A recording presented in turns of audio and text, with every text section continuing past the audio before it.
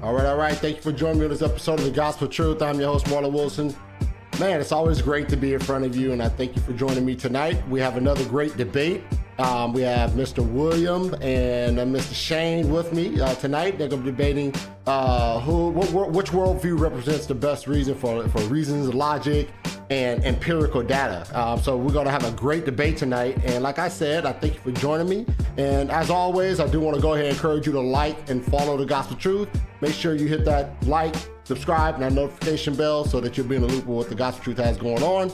Also, as you know, all this content is on podcast, so make sure that you are liking, subscribing at the podcast flow over there. While you're there, please leave a good rating so that this podcast can grow.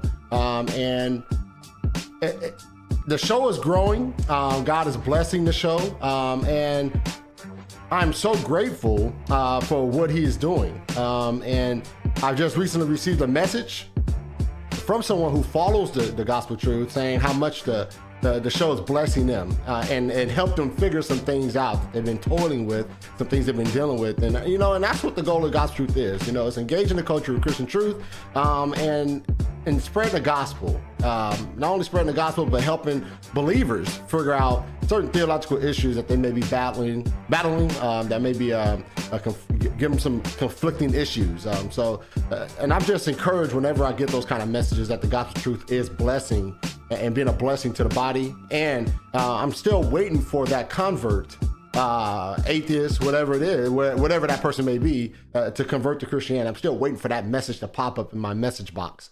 That the Gospel Truth has helped them come out of whatever worldview that they're in into the fold of the Christian faith. So I'm sure God will draw somebody in through this way of spreading the gospel. So I'm just thankful for God blessing this ministry.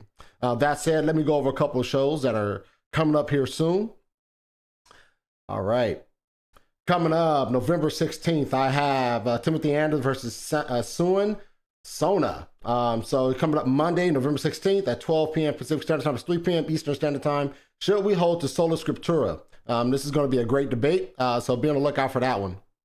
After that, I have Stacy versus Justin. The full preterist eschatology debate. Was the end of the age and the return of Jesus Christ completed in 70 AD? That's coming up November 20th at 1:30 p.m. Pacific Standard Time. That's 4:30 p.m. Eastern Standard Time. So make sure you mark your calendars for that one. After that, I have David Poundman versus Seth Bloomberg. Is unconditional election biblical? That's coming up Monday, November 23rd at 6 p.m. Pacific Standard Time. And then after that, I have Is Total Depravity True? That's coming up November 30th. We got Warren McGrew versus Matt Slick. So Warren McGrew has been asking for this debate, and Matt Slick agreed. So it's going to be fun. It's going to be a great one.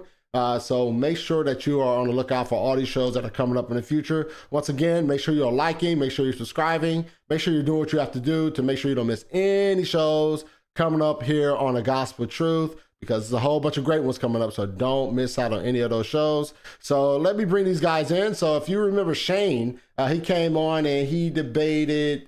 He was originally supposed to debate, I forget, but he was originally supposed to debate an opponent, but then Seth Bloomberg stepped in and took that individual's place.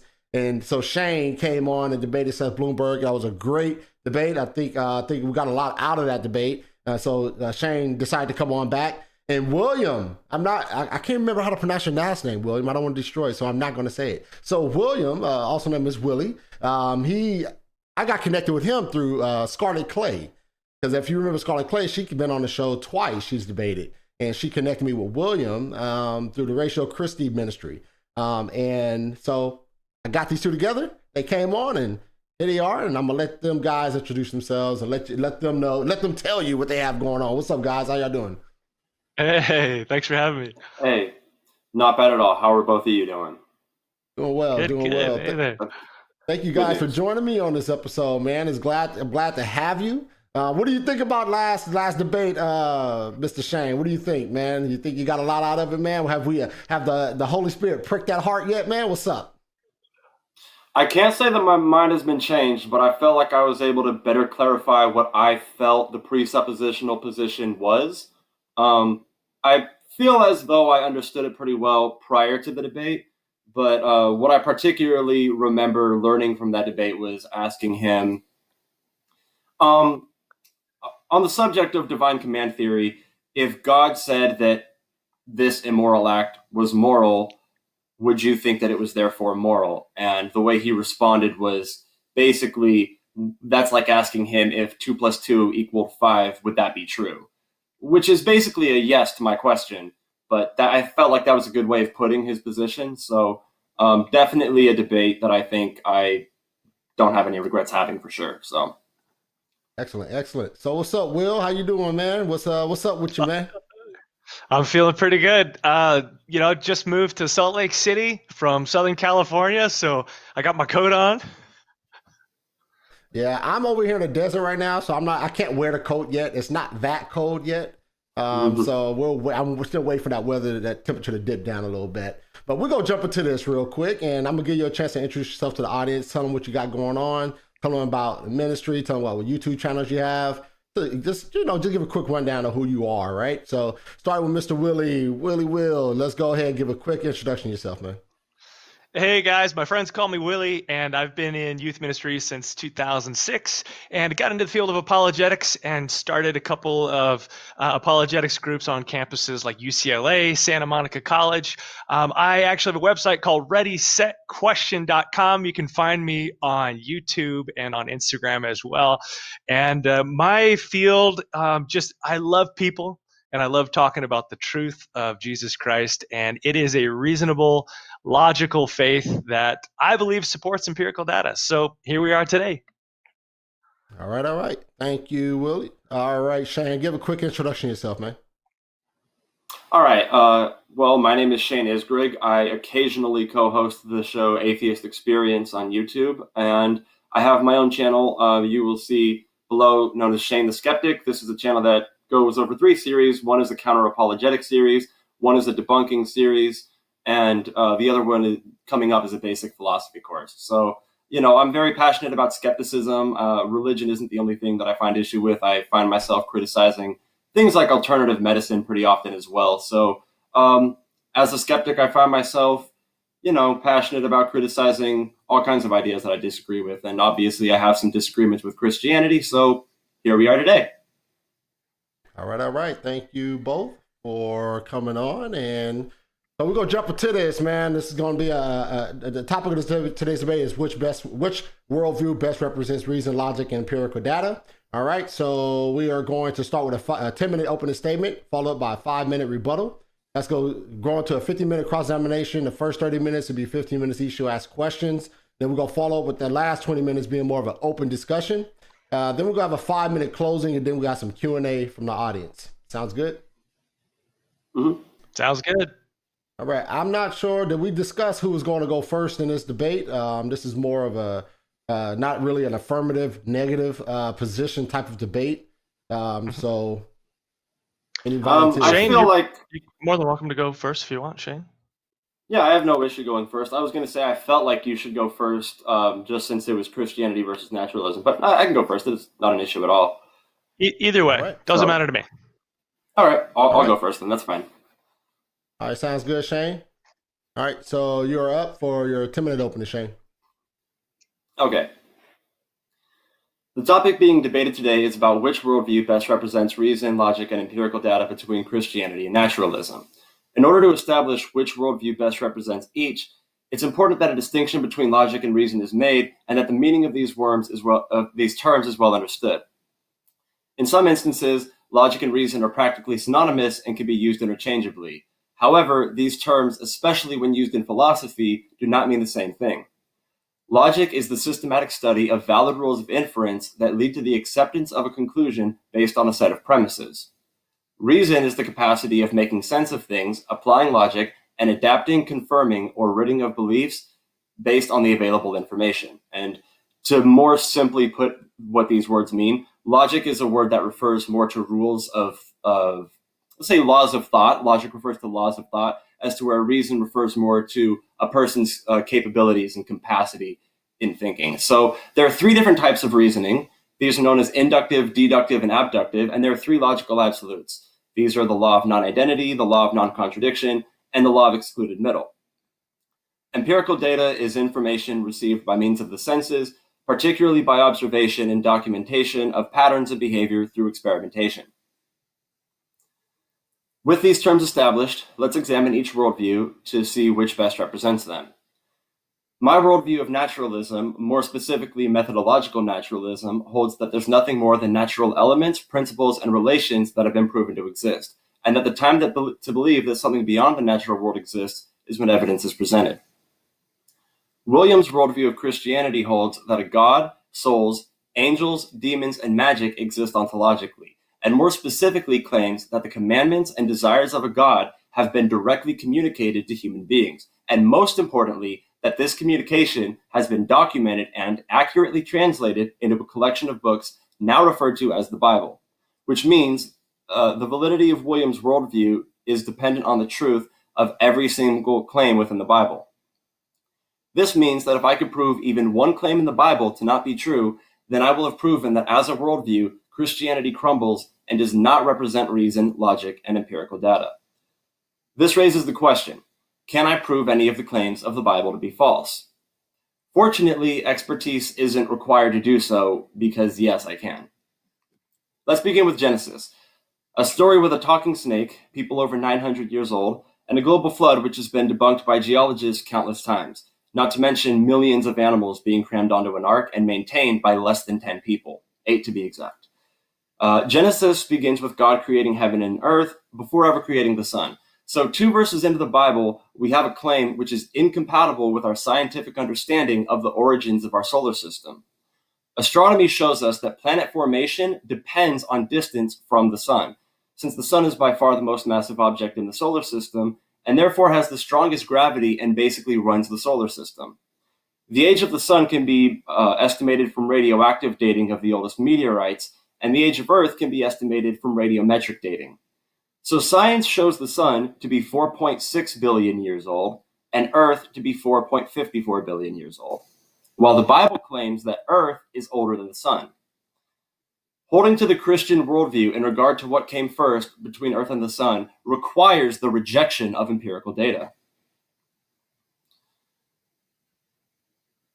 Now I want to talk about chapter 2 of Genesis, not because chapter 1 lacks any more errors to be corrected, but because chapter 2 is the first part of the Bible with the talking animal in it, in this case a snake. Snakes are an animal which not only lack the ability to speak to a person, let alone hold a conversation, but also lack the anatomy necessary to do so, as they don't have vocal cords or a Broca's area in the brain, which is the part of the brain associated with speech production. So talking isn't a behavior that modern snakes just aren't interested in. They literally can't do it. It's impossible for them. Fast forward to chapter 6, a story about a global flood that there's no evidence ever happened. In this story, God speaks directly to a man named Noah and commands him to build an ark so that he and his family, along with 2 of every kind of animal, could survive the flood. Noah happened to be at the ripe age of 500 years old when God told him to build the ark, and he spent 100 years building it. So he was 600 years old when God decided to flood the earth, to kill every living thing not in the ark. This being a God who is all kind and all loving, by the way.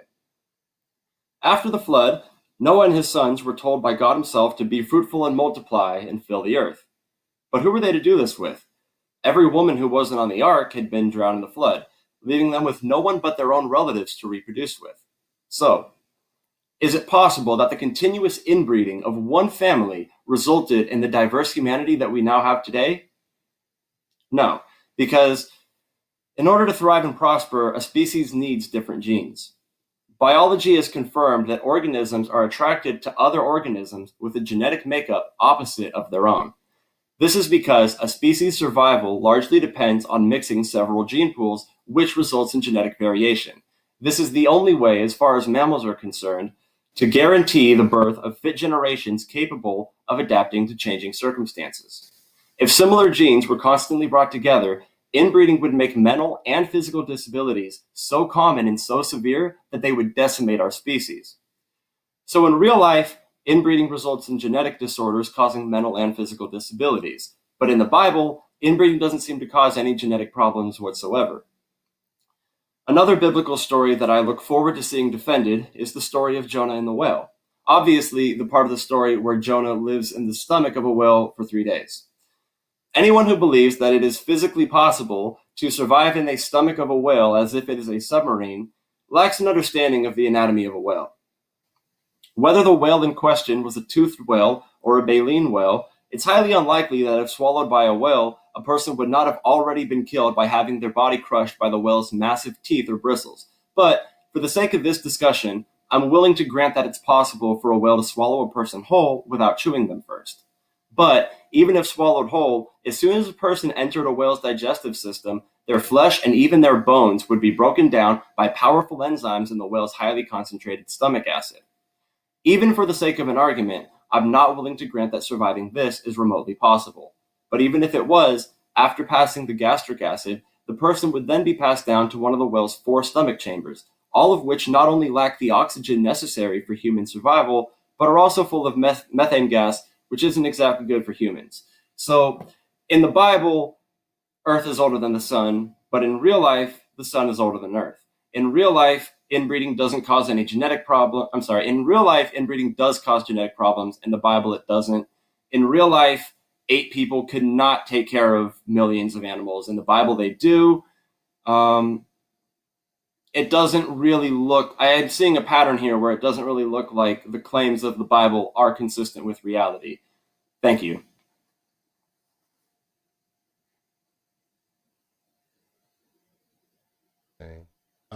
Good. Thank you, Shane. Appreciate it, man. All right, Will, you're up for your 2-minute opening statement. All right. So I like to put everything up front when it comes to what we're talking about. My good buddy, I feel like he's my good buddy. I never really got a chance to meet him. Socrates, he says the beginning of wisdom is the defining of terms. And so I want to define what we're talking about today because, which worldview best represents reason, logic, and empirical data, a Christian worldview or a naturalist worldview. So I don't really like the Webster definition of Christian because it leaves out an important piece, and I'll tell you why. So I came up with my own definition. Christians are being transformed by obedience to Jesus of Nazareth, the Messiah and Creator, who is revealed in the true and God-breathed words of the Bible. The Bible is absolute and objectively true to a Christian because the teachings of Jesus of Nazareth show that the Bible is absolute and objectively true to him. And the reason why I decided to write my own definition is because the Webster's definition and the Oxford English definition basically talks about believing that Jesus of Nazareth is who he says he is. But as a Christian and anybody who reads the scriptures knows that even the demons shudder at the reality of Jesus. And so the difference between a Christian and someone who just knows that Jesus is who he says he is obedience. And so that's what we're called to. I believe that Shane did a really good job of summing up, what a naturalist is or what the naturalistic philosophy is, but I'm just going to give it to you here real quick. This is the Oxford English Dictionary. In philosophy, naturalism is the idea or belief that only natural laws and forces operate in the universe as opposed to supernatural or spiritual ones. Okay? Well, the most famous naturalist speaks about naturalists of the future, and that was Charles Darwin. And in The Origin of Species, he said, "A few naturalists endowed with much flexibility of mind and who have already begun to doubt on the immutability of species may be influenced by this volume. But I look with confidence to the future to young and rising naturalists who will be able to view both sides of the equation with impartiality." And so what Darwin is saying here, to sum it up for you, is that he's saying that there are some naturalists with flexibility of mind who are already starting to doubt that species are fixed, that they're immutable, that they actually could mutate, they could change. And he is hoping that in the future, naturalists will continue to grow in this way of thinking and have flexibility of mind, and they will meet this question with impartiality. And so here's the cool thing about it is that Darwin is actually explaining Christians because Christians are able to view both sides of the natural versus supernatural question with impartiality. For example, many Christians work in various fields of science and use the process of producing empirical data through what can be observed, tested, replicated, and verified about the natural world. You see, Christians do not discriminate against natural laws and processes. We fully embrace them. Obviously, the scientific process is extremely valuable and can help our species discover many truths about the universe. Yet there are many other aspects of the universe that cannot be studied through what we can observe, test, replicate, and verify, like morality, or justice, or philosophy, or love, and so on. A Christian is impartial in regard to discovering truth because we believe there is value in both natural and supernatural truth. This is why a biblical worldview is the most consistent and non-contradictory way of answering the deep questions of life. Yet when a naturalist attempts to answer the deep questions of life while claiming that only natural laws and forces operate in the universe, they will do so in the absence of reason, logic, and empirical data. For example, the basic claim of naturalism that only natural laws operate in the universe cannot be supported by even one piece of empirical data. Think about these two questions. First, is it possible to observe, test, replicate, and verify that only natural laws operate in the universe? Number two, inversely, is it possible to observe, test, replicate, and verify that nothing supernatural operates in the universe? See, the worldview of a naturalist is unable to be supported and or represented by empirical data. I'm just going to say that one more time. The worldview of a naturalist is unable to be supported and or represented by empirical data. In fact, a naturalist heavily relies upon supernatural laws when attempting to do science. I'll say that one more time. They don't have empirical data to support what they believe, but they do heavily rely upon supernatural laws when attempting to do science. Valid empirical data is unable to be produced without the supernatural conviction of one's ethical, truthful recording of their findings. Empirical science is impossible, however, empirical science is impossible without relying upon our moral compass or our Jiminy Cricket-like conscience. Every scientist must ask themselves why they would record a true measurement when an exaggerated measurement would better support their hypothesis. The human moral compass is a supernatural phenomenon that makes methodological naturalism possible. There is no natural way to observe conviction of one's heart. There is no way to observe the essence of objective morality. Yet without a moral adherence in regard to the truthful recording of data, science would be impossible. Ironically, methodological naturalism heavily relies upon the supernatural law of objective morality, yet adamantly blocks out and denies supernatural methods of discovering truth. There is no logical way to affirm this inconsistency of thought. It is, in fact, unreasonable. However, Christians who empirically study the universe also have the natural law of objective morality, yet are expectant of both natural and supernatural methods of discovering truth. A biblical worldview is the most logical way to affirm consistency of thought. It is, in fact, quite reasonable. Perhaps a naturalist would disagree with the claim that morality is objective. Well, if morality were subjective, empirical data would be impossible to produce. Scientists must believe that lying is objectively wrong in regard to the recording of data, because science is the quest for objective truth, of which Christians who uphold a biblical understanding of morality and truth affirm that morality and truth are both objective. It is illogical to claim that morality can be subjective while being on the scientific quest for objective truth. It is equally illogical to claim that truth is subjective because that is an objective claim in regard to truth. Claiming that truth is objectively subjective is self-refuting. Either morality is subjective and therefore truth is subjective, rendering the scientific quest for empirical data objectively pointless, or the Bible is true in claiming morality to be objective and therefore truth to be objective, which supports the fruitful scientific quest of empirical data. Granted, a naturalist does not have to subscribe to a biblical worldview in order to adhere to the universal fact of objective morality and truth. They just don't have a basis for it without the Bible. Perhaps a naturalist would disagree with the other claim of morality being supernatural. Well, given the fact that Webster defines supernatural as relating to an order of existence beyond the visible, observable universe, morality is supernatural. We cannot relate to a visible, observable morality that is capable of producing empirical data. So, by definition, it is supernatural. Yet, one could argue that the best moral code ever written is observable. Although it is true that the Ten Commandments is the best moral code ever written, and they are quite observable, they were written by God and thus of supernatural origin. Perhaps one might say that morality is objective because humans instinctively know what is right or wrong. So if this is true, why then do we lie and break the moral code that we instinctively know? Perhaps, well, why would a scientist exaggerate their findings? To hide the truth in order to get what they want. Maybe it's more funding or accolades or beating a rival. Someone with a biblical worldview would look at this reality of the condition of humankind and give a logical source and reason for this lowly moral behavior. See, in Jeremiah 31:33, it says, I will put my laws in their minds and write it in their hearts. I will be their God and they will be my people. And in Romans 1, it says, for although they knew God, they neither glorified him as God nor gave thanks to him. But their thinking became futile and their foolish hearts were darkened. Although they claimed to be wise, they were fools.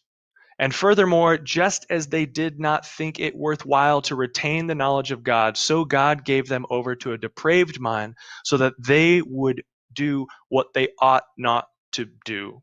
They have become filled with every kind of wickedness, evil, greed, and depravity. It is correct that we instinctively know there is an objective and supernatural moral law, but we suppress the truth in order to fulfill our own desires. All right, thank you, Will. Will, appreciate you, man. All right, Shane. Will, we are now entering to our rebuttal round, which are 5-minute rebuttals. So Shane, starting with you. You're up for your 5-minute rebuttal. Okay, so I wanted to start with your claim that the Bible is absolute and objectively true. This is what I felt when I was a Christian. So would you agree with me that on my premise that I mentioned in my opening statement, that if I could prove that one claim in the Bible is not true, that means I would have proven that your worldview crumbles and that it doesn't represent empirical data, logic, and reason? Oh, I'm sorry. Shane, we're not in the. This supposed to be a rebuttal round, not just a rebuttal. Cross-examination. Yeah, that's my fault. I'm sorry. Okay, It's all good. So we'll do the cross-examinations. That'll be great. So it seems like we're in an agreement on that, and I'm happy that we are. With this said, I want to see a lot of the claims that I brought up defended. You know, we're going to have to talk about your belief that a man could live in the stomach of a whale as if it's a submarine, because everything that we know about the human body, you know, what it's made of, what it's composed of, what happens in the stomach of a whale, we have absolutely every reason to believe that a person will die every time. We have no reason to believe otherwise, and your worldview supports that. You used instincts, which are subjective, to support your belief in objective morality, and I want to give you an opportunity in the future in the cross-examination, to kind of further elaborate on that, because you said that, you know, we claim that morality isn't objective, yet we have instincts. Well, instincts are a subjective thing, and we all have various different instincts. And while you and I may have 5 of the same instincts, we may have them at very different levels. So you might value your elders and children. I might value my elders and children, but it may be the case that I place a higher value on children and you place a higher value on elders. Like, that's part of the issue with that. Let's see. You mentioned that there are things that can't be studied in regard to science, and I think you were kind of getting at the God of the gaps there. Just because there are things such as, you know, whether you want to talk about morality or, you know, epistemology, what have you, just because we can't provide you with an answer from our worldview doesn't mean that the first answer that your worldview comes up with is therefore justified. You still have to come up with an actual justification for it yourself. Filling in gaps doesn't really matter. You say that Charles Darwin says that there are naturalists who doubt evolution and who even doubt naturalism. And I don't reject that for 1 second. I would actually encourage all the naturalists who are listening, if you're ever presented with evidence of the supernatural, don't be dishonest and deny it. I mean, if I'm proven that the supernatural exists in this debate, I'll concede that I lost, and I will say, okay, there's a supernatural. I'll go tell all the fellow skeptics that I know that I was wrong. But you're saying that it's unreasonable for me to only believe in things such as the natural elements, principles, and relations that have been shown to exist. And I think you're close. It would be illogical of me to conclude, like to claim that I know with absolute certainty that there is no supernatural. My position and this is why I specified I'm a methodological naturalist, is that I believe that these are the things that have been shown to exist, that we have reasons to exist. And the time to believe something beyond the natural world exists is when evidence is presented. And people are trying left and right, and so far, it just hasn't happened. Let's see. Okay, so you say naturalists can't support that there are only natural laws. And I guess that's what I was touching on, is the lack of a reason for a supernatural belief is my reason to lack supernatural belief, making me a naturalist. So a lack of a reason to believe something is true is a pretty good to not believe that something is true, in my opinion. You mentioned the part about God giving people over to depraved minds, and I want to talk to you. This is one of the reasons I asked you whether or not you're a Calvinist before, is because if you're going to claim that God gave people to depraved minds, then it isn't consistent for you to say that people have free will, which you probably believe in. I heard a bell. Was that my time, Marlon? Yeah, that's actually a 1 minute timer. Yeah, about 25 seconds left. Okay, 25 seconds left. All right, well, you said that, if it weren't for morality, we wouldn't have any motive to truthfully record data. Well, an interest in the truth would serve as an effective motivator for accurately taking measurements in itself. There's no need for a supernatural, not even really morality. You could just have your own desire to know what the truth is, and that in itself would make it logically follow that you ought to take your measurements honestly and accurately. So I will leave it at that. All right, thank you, Shane. All right, Will, you're up for your 5-minute rebuttal. So, Marlon, would you like me to do a rebuttal on the rebuttal, or a rebuttal on his first kind of well, section? you can mismatch it if you want. If you saw something in this rebuttal, I can move it all over the place. Yeah. So yeah, like, typically it's an opening statement, but you can, if you hear something, you can go for it, man. All right, so I'll jump in on the opening statement because Shane actually mentioned this in his rebuttal and asked me a question. He asked me if I would agree if he could prove one thing wrong about the Bible and then the whole thing falls apart. Well, actually, I would say if naturalism is true and we rely heavily on a spiritual text for 100% natural explanations, and that's the way that we defined what the Bible was, as a natural book, that might make sense. But the thing that's really great about the Bible is that it is an open text that shows the natural world, and it also shows supernatural events coalescing. And so I would agree with you. I have never seen a man walking on water. Archimedes' principle of buoyancy was developed maybe 250 years before the disciples were even born.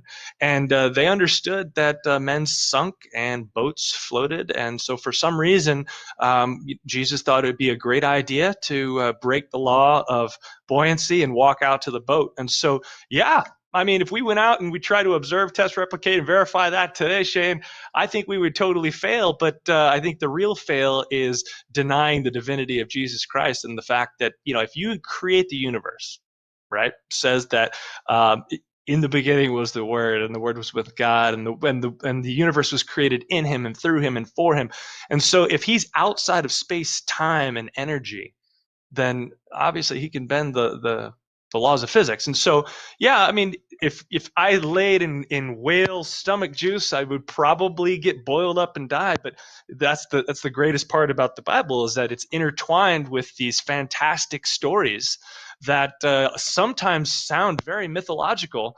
But the cool thing about the Bible, and this is why I love being a Christian, is that there are so many points of evidence that lead to the veracity of what the Bible says. And so you'd have to go through and pick them out with a naturalistic frame of mind to be like, well, that seems a little far-fetched. What does that actually mean? Like Goliath, a big giant, how is that even true? Well, guess what? We found where Goliath was from. We've even found shards of pottery with Goliath's name scratched on them. And so when it comes to Jewish archaeology, there's been over 25,000 discoveries. Plus, when it comes to artifacts and cities and names and dates and places and battlefields and palaces and rivers and streams and mountains, and they all add up. I mean, atheist archaeologists study the Bible, and they go over there and they make discoveries. And if you don't even have time or money to go over to the Middle East, you can just look on Google Maps and you can find pretty much anything that you're looking for. Like I was reading in what was it? I think it had to have been in Genesis when they said that they were taking Jacob back to the land of the Hittites. It was the cave in Hebron and the field of Machpelah. And I was like, what are they talking about? Well, then I go back and realize Abraham had purchased this land from the Hittites in Hebron, and there's a cave down there, and Abraham's already buried there. And so Jacob wanted to go back to the land of his forefathers. And so I went on to Google Maps and I found it, and boom, it actually exists. Eyewitness testimonies, most mythological stories, they make the heroes look like heroes. Like if you read the Bible, like some of these guys, they come off as complete idiots. It's like, why would they write that down if they're making up a story? Women, found Jesus at the tomb. They couldn't even testify in court.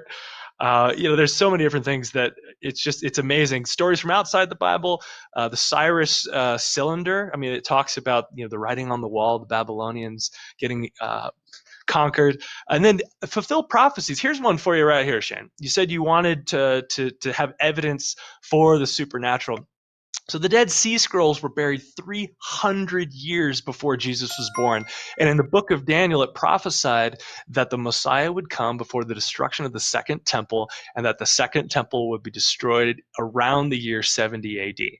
Well, we had this prophecy all this time, and we've been reading it, but guess what? We never had an original copy. We always had a copy of a copy of a copy. Manuscripts are like Kleenexes in your pocket when you do laundry. They fall apart.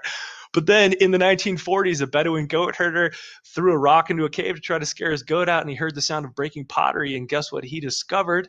The caves of Qumran. He found the Dead Sea Scrolls, and guess what was in there? The book of Daniel that describes these prophecies that came true. But guess what? Nobody has messed with them since 300 years before Christ was born. And so when it comes to fulfilled prophecy, I don't think there's any better evidence for the supernatural. All right, thank you guys for the rebuttals. Now we're going to transition to our cross-examination, the most exciting part of a debate. All right, 50-minute cross-examination. The first 30 minutes will be 15 minutes each to ask questions. And then the last 20 minutes is going to be more of an open discussion where I may have some questions for you guys, and we'll tackle those questions vigorously, right? So after that, sounds good. So after that, we'll have a closing Q&A. So audience, throughout the cross-examination and the rest of this debate, make sure you get the questions in. I only have a couple questions in so far. Let's make sure we get those questions in so these guys can engage with them. That said, Shane, you're up for a cross-examination of Will. 50 minutes. Okay, so I want to start with your claim that a fulfilled prophecy is evidence of the supernatural. That is, if I'm not mistaken, your claim, correct? I believe that that's really good evidence for the existence of the supernatural, yes. Okay, so if you were to see an atheist like myself prophesy something and it then later happened, would you think that that was evidence of the supernatural? Or since it's an atheist, would you not think it was? I love hypotheticals, but in reality, we have over 300 prophecies that point towards this Messiah, and about 325 of them were fulfilled by a person by the name of Jesus of Nazareth. And so the evidence is there. I could go through some more prophecies if you'd like to hear about them. Well, what I want to, and I'm willing to hear more, but what I want to figure out is why you think making a prediction and it then becoming true supports the idea that there must be something beyond the natural world. Because on my last debate on this channel, at the end of my opening statement, I predicted how the rest of the debate was going to go. And if you watch it, just that part of it, that was exactly how the rest of the debate went. So I was able to expect exactly what approach was going to be taken because I knew, and the reason for that isn't because I have some supernatural power. It's not because God came to me and was like, hey, here's what the Christians are going to think when they debate you. That would actually be really weird.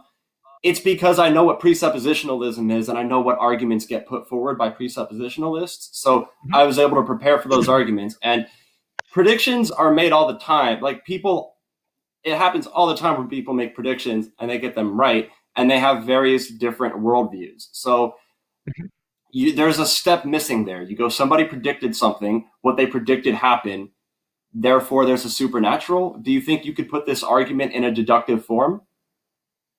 Yeah, well, I mean, you are building a bit of a straw man. The Bible doesn't say that they're predicting that something's going to happen based on past experience and reason and logic and what they expect something to happen because they've studied the same argument.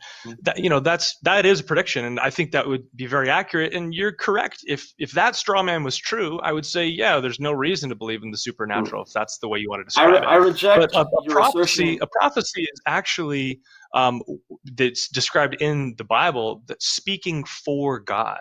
And so when God lays out his eternal plan for us, he actually tells us what is going to happen. And so there have been a lot of false prophets in the Bible who have said things and people came up to them and were like, man, that is a false prophecy. That is not what God is saying because we know A, B, C, and D. And, you have to wait for 100, 200, 300 years for things to be fulfilled. And there are other prophecies for the end times that we're still waiting for. But I think that the overwhelming corroborating evidence when it comes to archaeology, when it comes to historians that were non-Jews and non-Christians that verify the names, dates, and places, and also what we're discovering through the Dead Sea Scrolls. Like I said, it's like, we could fake all these prophecies, but guess what? They were buried 300 years before Christ. And so the tamperability is not there. So it's really hard to denounce prophecies found in the Dead Sea Scrolls. Okay, so I believe pretty strongly that you're incorrect about me strawmanning your position, and to be more clear about that, I'm going to make an effort to steelman it. So what you're saying is that the fulfillment of a prophecy is evidence for the supernatural. Now, I provided an example where we could look at other information, but my point was that you think that if a prophecy is made and what is prophesied later happens, that proves the supernatural exists. And what I'm saying is you still haven't really logically supported that. Do you think you could put this in a deductive form of like a certain number of premises and then a conclusion that would arise at the conclusion that therefore there's a supernatural? Because sometimes a prediction gets made, what gets predicted happens. We don't know how they predicted it, right? And I'm actually could go a step further and argue how those prophecies were actually fulfilled. But even if I could grant that these prophecies were fulfilled, I still haven't heard a justification for believing that somebody made a prediction and it became true. That's evidence they have some divine communication. If you read other holy books, there are prophecies that are then later claimed to have come true. How is somebody like me supposed to differentiate yours from theirs? And more importantly, can you put this in a deductive form? Yeah, I think that's a great point. So the beauty about Christianity that no other religion has is the fact that we have a person by the name of Jesus Christ. And he says that he is the way, the truth, and the life. And so no one can come to the Father except through him. So there's no other religion that claims that exclusivity. Now, here's the best part about it.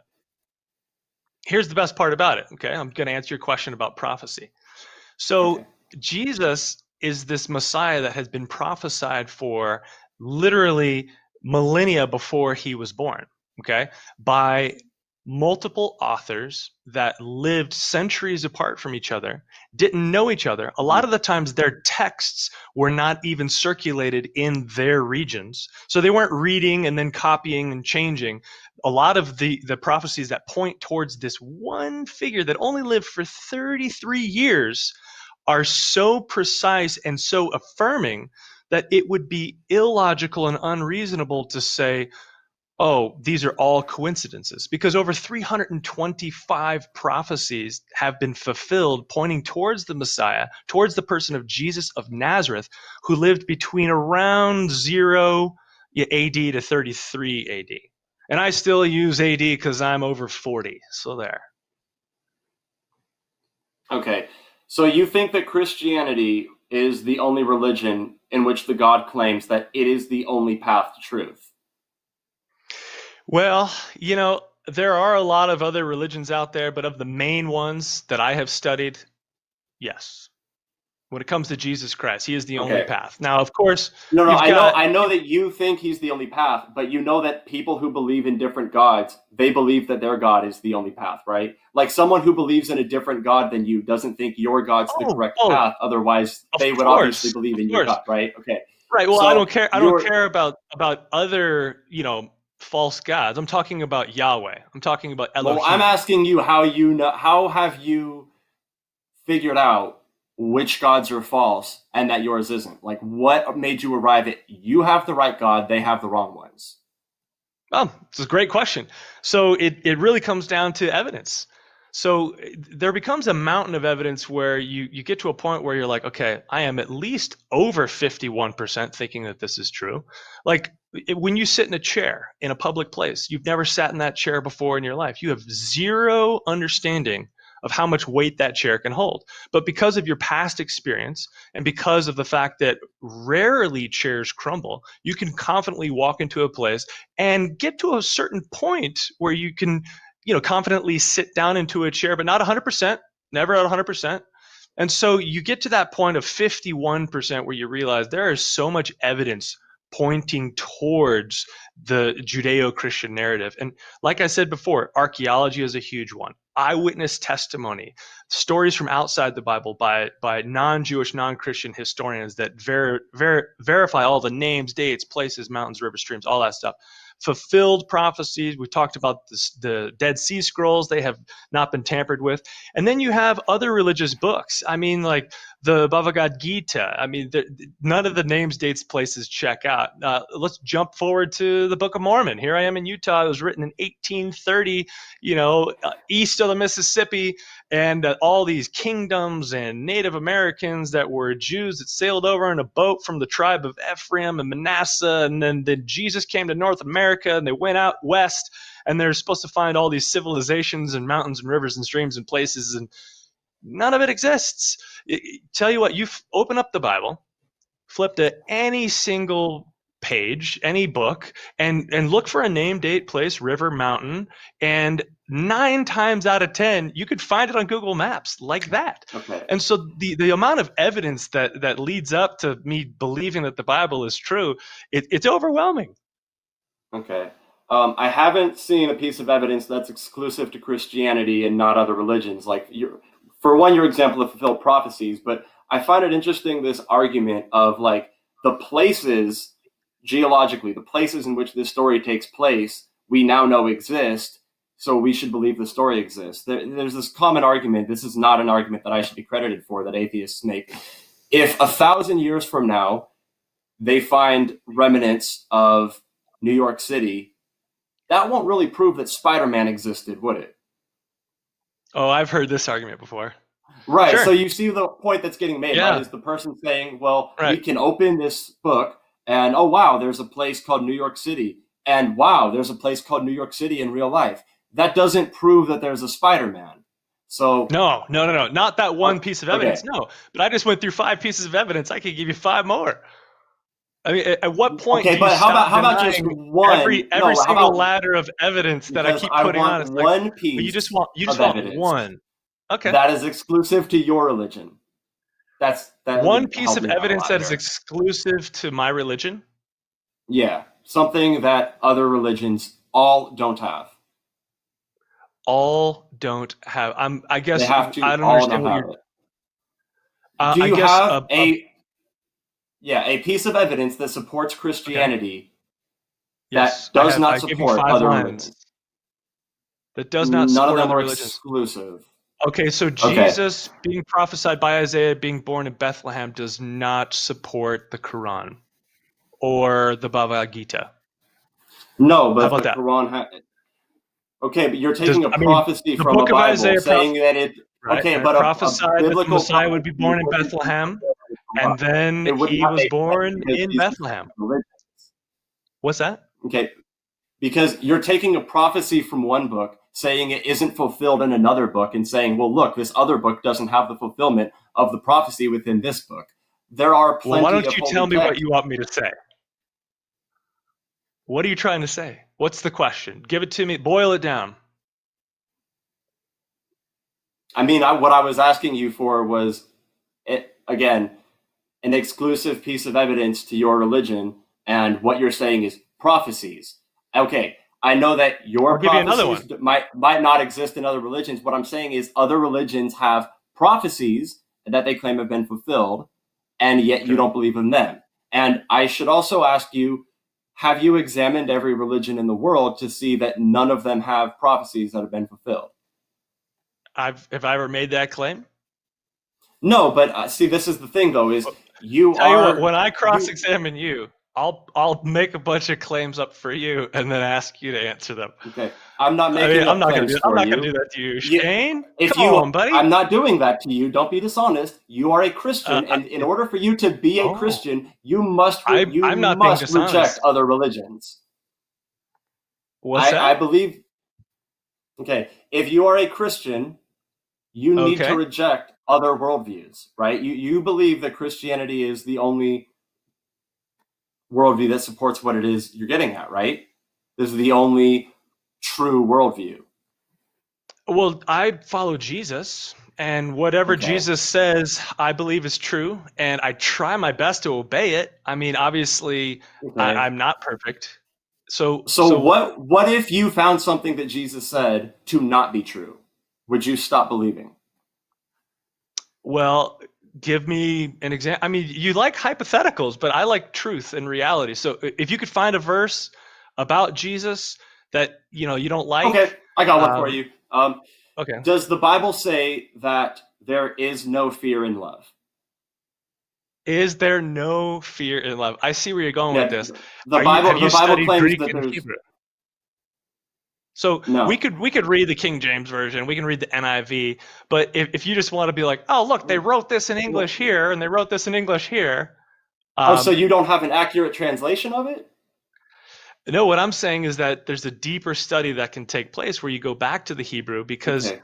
what happens is like if I say I'm cool, you know exactly what I'm talking about, but somebody 100 years later might be like, oh, he's actually kind of frigid. And so you have to go back to the original text, the context, read the story, see what people were talking about. Okay. Like Jesus said, he's the gate. He's not made out of wood. He doesn't have hinges. But we all know that when he talked about the gate, he was saying that no one can pass through Okay. except through him. And so obviously, like if you want to play this game and try to catch me in like an English translation and something, I don't know. I think that's Okay. kind of dishonest. Just ask me All a right, that's question. time. It's dishonest Yeah. to That's interpret. time right there. That's time right there. All right, William, you're up for 15-minute cross examination. All right. So I asked a couple of questions, and we're gonna go back to them because I felt like we didn't get down to the nitty gritty. So, all right. Is it possible to observe, test, replicate, and verify that only natural laws operate in the universe?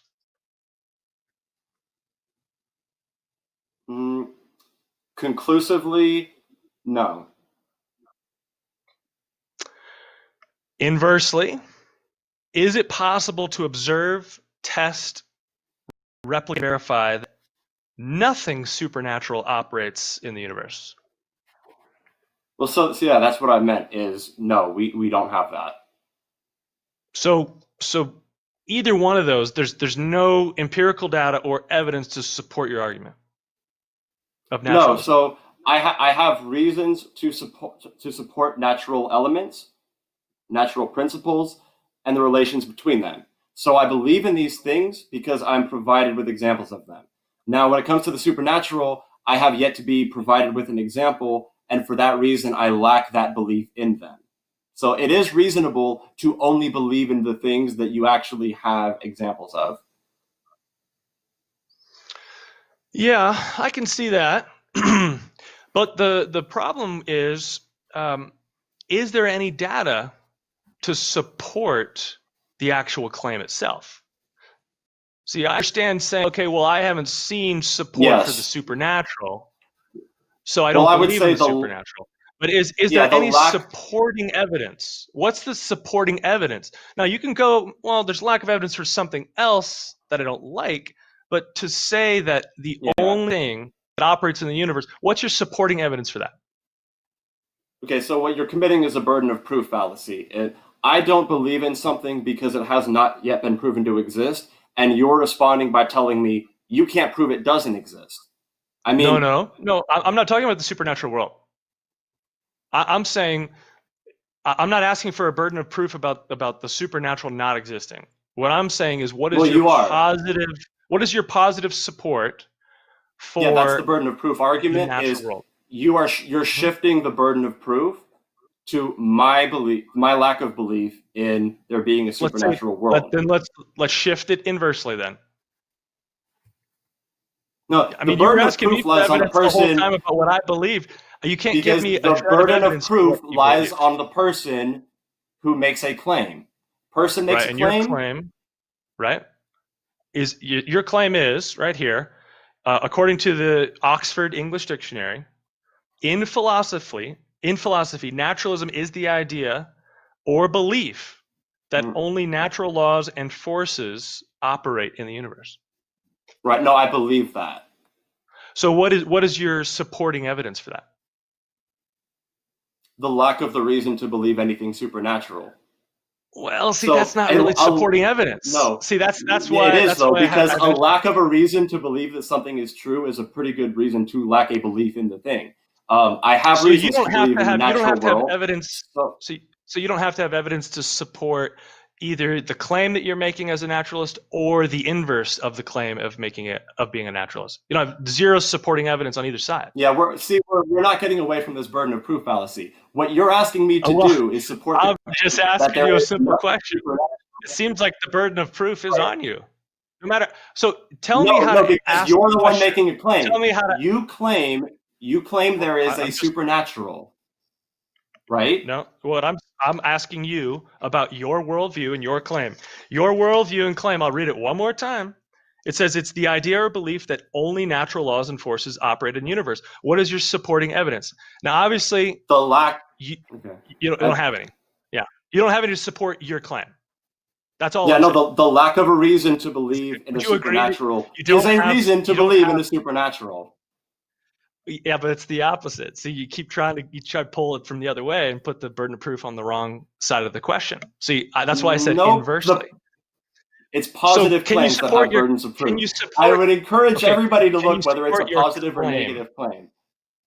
Okay, well, we looked at it both ways. I We am, looked at yes. it as I a could claim. support my claim by asking you to provide me with evidence of the supernatural and it then not Well, happening. that kind of Because seems like the shift of the burden of proof right there. I'm just saying yeah, there is none. So you're okay, we're okay, going round and round, and I don't think you're gonna ever come up with any empirical data that supports your claim. So let's move on. So here's another thing that's interesting, is that you did ask me a quick question about instinct, and the reason why I want to go yeah. back to that is because instinct I was referring to, and thank you for asking me to clarify. The instinct that I was talking about was when I was talking about Romans and Jeremiah 31:33 specifically says, "I will put my law in their minds and write it on their hearts." And what I was saying is that is an instinct that we have that is either right or wrong.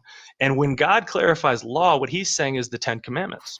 See, when you go to any tribe, any place that hasn't gone through some sort of crazy, perverted social structure, like, for example, sacrificing children or something. When you look at just the average person across the globe, right? Everybody has that feeling where their conscience takes over. They're like, you know what? I lied. You know what? I Okay. stole that. And so we all feel that. We all feel that it's right or wrong, but we suppress that truth. And so the question that I have for you is why would a naturalist, right, write down the correct data when recording their findings if they could get more accolades or more funding for their laboratory? There's no objective way to really rectify that. Because if they're interested in truth, then that would serve as a good motivator for accurately and honestly recording their data. But what if your truth and my truth are different? Truth is an objective thing. There's no such thing as your truth versus my truth. So truth is objective. Yes, truth is objective. Nobody denies that. Well, I don't think that's an objective statement because I've talked to a lot of people who deny truth. I agree with you. Met a lot of... Hey, here's a point. Here's a point of agreement. I agree with you that truth is absolutely objective, but here's the problem. Objective truth necessitates something higher than a human mind, and I'll tell you why. Okay. The reason for that is we have this thing called the law of cause and effect.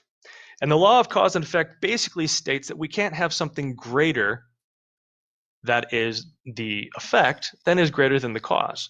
And so if the human mind, which we are all naturally trying to get away with stuff like in secret, like would we lie if we knew we couldn't get caught? Of course we would. Would we steal if we knew we wouldn't get caught? A lot of people would. Would people cheat if they knew their spouse would never find out? People do. And so we have this way of thinking, and it's impossible for us to believe that our ability to function in our kind of lowly state could come up with a perfect moral law. That, in my mind, that breaks the law of cause and effect. Okay, I don't see us arriving at some perfect moral law. I don't see that happening anywhere. And if we did, I still don't see how that would support the conclusion that there must be some conscious higher being. It would prove that we had an objective morality. I don't see how you go to therefore God. Well, do you have a personality? Do I have a personality? Yes. Yes, of course. Do you have a consciousness? Yes. Yes, of course. So the thing about it is that personality and consciousness really can't be explained by a naturalistic worldview. Right. So the answer is we don't know. I don't know. Well, guess what? I have some evidence for where our conscious and our personality came from. And awesome. Let's see it. And that is the Bible. Oh, and it's I a have claim. 5 lines of... No. It says that we're the created Bible in the image of God. Okay, but what do you support Bible that claim with? Okay, well, guess what? You just said you don't have any evidence to support your idea. So I'm giving you some. So if I have some, isn't that better than zero?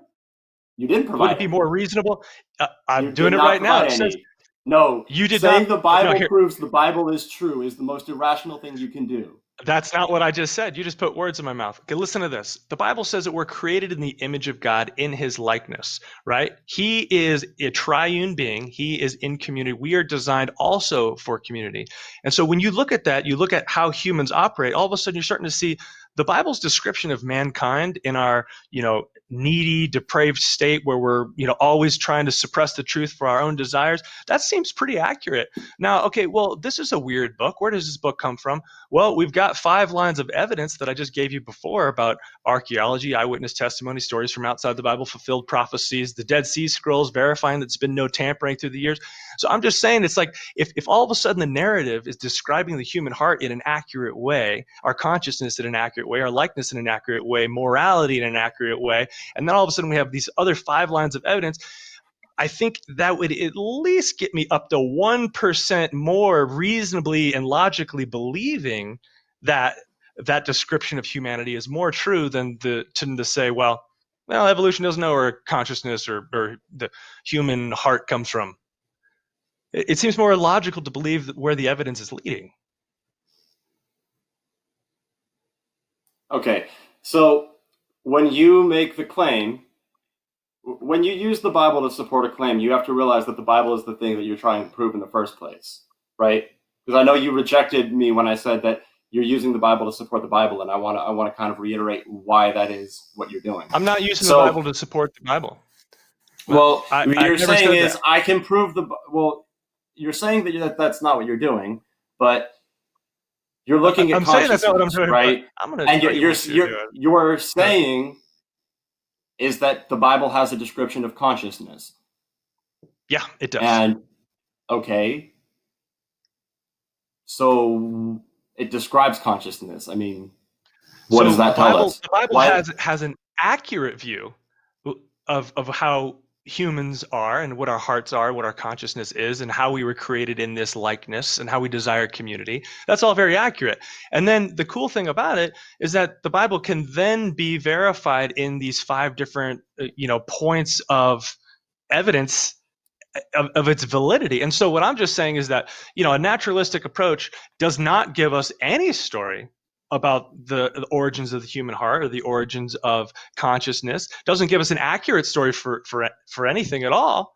And then it doesn't even give us support for the lack of the accurate story. So what I'm saying is that logically and reasonably, would you see something that accurately describes the heart and the path of humankind over 3,000 plus years, but then also is verified through all these different lines of evidence? It kind of seems like I would put at least one egg in that basket. Yeah, no, I'm left unconvinced by your argument. Because it kind of seems like nothing's going to convince you, Shane. Well, no, because and you don't even have a story to tell us about consciousness and the human heart. Okay, and so you're going to hold on to nothing. All you're saying is, hold on to nothing. I have a book that claims this, and you don't have an answer. So yes, that's exactly what I'm claiming. Okay, just because I lack an answer just because I lack an answer does not mean, since you have a book that claims to have one, that it is therefore correct. Well, it mirrors the truth and reality of the human heart. It's a description. I could write a description of the human heart and consciousness. That wouldn't make you think I was a god. It wouldn't make you think I made consciousness, right? I could describe consciousness. That wouldn't make you think that I'm where it came from, right? Well, guess what? The Bible was recorded by a ton of humans, and I don't think any of those humans were God. They were inspired by God to write down these accurate verses. And the thing about it is that what reason would I have to doubt all these lines of evidence other than the fact that I've already blocked out the possibility of a potential truth stream? Like, that's a source of truth that is just completely off the radar of a naturalist, that they won't even touch, that it's already unscientific from the beginning. And so it's like, that's the cool thing, is like Charles Darwin wrote about Christians. He said, I hope that people will have a flexibility of mind and that they will see this question with impartiality. And guess what? I look at the natural world and I love it and I affirm it and I think it's great and I love to do science. I actually used to work at my dad's vet clinic in his lab. And I don't have a problem with it. And so the thing about it is that I have impartiality of mind, and so does every other Christian that reads the Bible. And the thing about it is, you just don't have impartiality of mind. Okay. I feel like what you're doing is you're elaborating on your point that I lack an answer and you have one, and you think that supports the notion that your answer is true. And I think that's exactly true. Okay. I would encourage anybody... Okay, I would encourage anybody who pursues truth and debate to ask yourselves. A question is asked, one person says, I don't know, the other person says, I have a claim. Does that mean, does one person's lack of an answer mean that the person making a claim is more justified in their claim? I didn't make a claim. I made a supported claim with evidence. No, the Bible is the claim. All right, guys, that's time right there. That's time. All right, so now we're going to transition into our next portion of this cross-examination, was more of an open discussion. where I have a couple questions for you guys, and I want you guys to engage with these questions. So my first question for you is for you, William. Obviously, the supernatural is a big deal when it comes to reason. When it comes to us reasoning through the world that we live in and taking things that we see as evidence. So how do you tackle that one? Shane has made the accusation that, the supernatural claims, the prophecies, these are beyond reason. This is not things that we should be able to reason with, in a sense. What are your thoughts on that? Well, I think that I really enjoy my conversation with Shane. He seems like a great guy.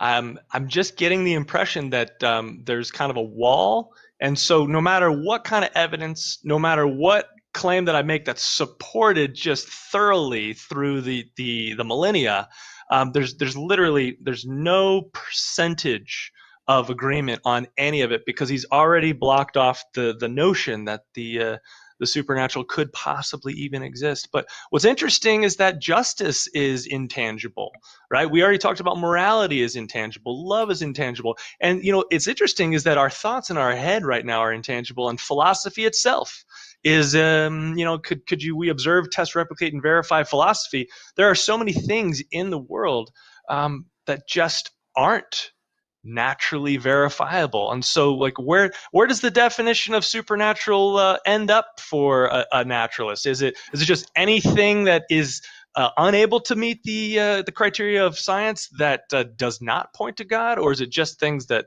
point to God? And so, I think it comes down to the fact that we all have these desires in our heart, and we know what's true, but we suppress it because we don't want to deal with the judgment of what it is. And so, gravity is something that we can't see. Obviously, we can test the effects of gravity, but we all know that if we break the law of gravity, there's going to be a consequence, and it's going to hurt. And so I'm just suggesting that we know in our heart of hearts that there is a moral law, and we don't want to think about the fact that when we break it, there's going to be a judgment, just like breaking the law of gravity. And so I think that's why naturalism exists. It's kind of saying, I'm going to suppress this truth, even though everything inside of me knows that there are these things that we consider right and wrong. I'm just not going to be judged by this law. So Shane, that's how I see it. Shane. Okay. Are you suppressing the truth? I mean, the evidence that William has presented to you, these are some pretty strong pieces of evidence here. Is it true that you're just suppressing it?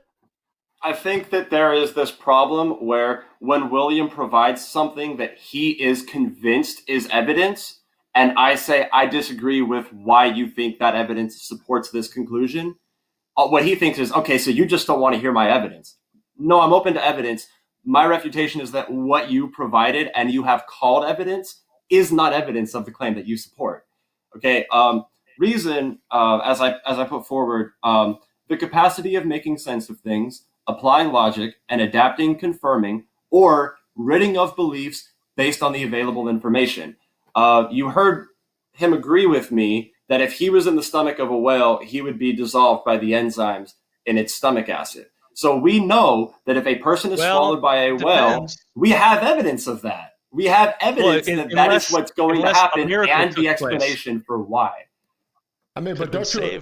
So if the Bible claims what he claims, and Jesus Christ says that he is who he say he is, as a historical person, Jesus Christ is a real historical person. I think we would all agree on that. And if the Bible shows that his claims have came true, prophetic statements, and that he is doing the things that he says he's going to do in the Bible, doesn't that leave room for the supernatural? Doesn't that leave room for the fact that Jonah could spend 3 days in the belly of a fish and not get dissolved? Does that leave room for the supernatural to happen? No.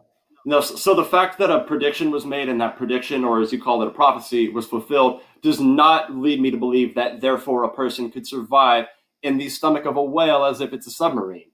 And there are countless reasons why this couldn't happen. Now, when you say, oh, well, it's because of a miracle, could you provide an example of something that you couldn't just justify that with? I mean, from the naturalistic perspective, when I ask you, why is it that you believe that a virgin could give birth? Why is it that you believe that human beings used to be 900? Why is it that you believe that inbreeding didn't cause genetic disorders back then, or that a human could survive in the stomach of a whale? These things were all inconsistent with reality. and you just say, well, it was a miracle, that's why it happened then.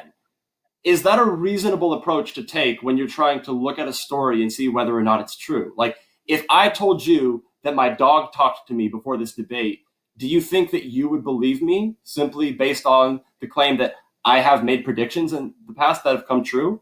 Of course not. You would think there was something wrong with me for thinking that my dog talked to me. But my dog at least has vocal cords. So I would be more justified in believing that a dog could talk than a person would be for believing that a snake could talk when it doesn't have a Broca's cord and a Broca's area in the brain or vocal cords.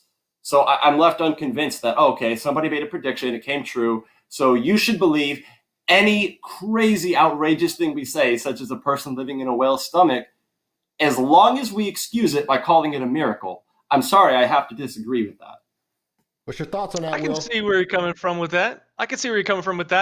Yeah, the thing that I've learned about the Bible is that there are a lot of things in it that I don't like. A lot of things I don't like. I mean, describing that I have to love my neighbor, I hate that. Like being generous to the point of it hurting, I don't want to do that. I mean, when I look at my own life now, I have to pay taxes. I don't like paying taxes, but that doesn't mean that the government doesn't exist. And so there's a lot of things in the Bible that I come across where I'm just like, wow, man, this is really difficult to believe. This is really difficult for me to kind of think about. But the thing that we talked about earlier is I don't believe 100% in anything. Like, do I believe that my wife loves me? I really hope she does. I mean, she said yes when I said, "Will you marry me?" She moved in with me after we got married, and we've been together now for almost 20 years. But am I 100% sure that she is going to stay with me till the day I die? No, but I've lived a life where I have seen her character. I have seen the way that she does life in her own life with our children, the way that she treats me. And so I have faith in her, and I know that what she's going to do is going to be best for our family and our relationship. But am I 100% sure? No.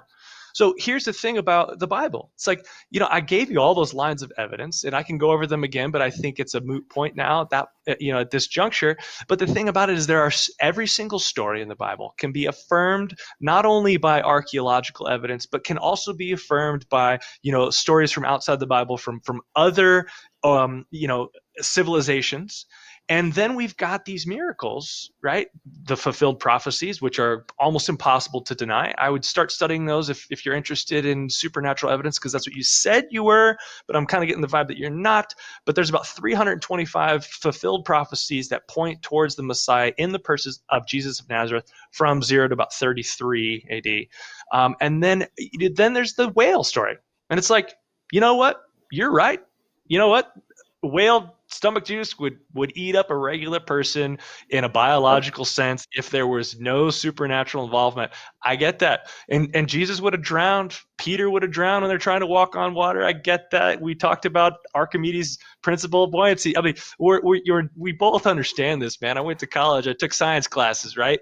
But what I'm saying is that once I get over a certain point of seeing what is true in the Bible, you know what? And God says he created everything. I say, you know what? That's a tough point. That's hard for me to understand. But I don't throw the baby out with the bathwater, because otherwise, anytime I got in a fight with my wife, I just get a divorce and leave her. It's like, no. Can you name anything in your life, Shane, that you're 100% sure of that's going to be 100% sure forever? Yeah, I mean, I think we're on the same page here. So in terms of what's referred to in philosophy as absolute certainty, which is the idea that you could be 100% sure about anything, I don't believe in that. So I think it doesn't exist. I think you would literally have to be omniscient to be 100% certain about any one thing, and that's how I feel about that. So I agree with you with your example. Like that's point two we agree on. Point two. Same thing with you said. Like, do I know my girlfriend loves me? With the absolute certainty definition, no. But based on my understanding of what I know the word love to mean, what I know to be loving actions and evidence of love, these things are compatible with that. So I believe the claim that she does. Let's see. So there was something else you said that I feel like I just briefly forgot. Let me try to remember. So, Okay. You're talking a lot about. I'm sorry, I totally got caught on the first part of what you said. You talked about absolute certainty, and you moved forward. What was it you said after that? I'll remember. Oh, I just said, one of the things that helps me understand the hard parts, are fulfilled Oh, I have it prophecies written and down. Okay. archaeology and all of those Um. things. I mean, it's amazing to see how that unfolds, and Right. it's really difficult to just like brush it off.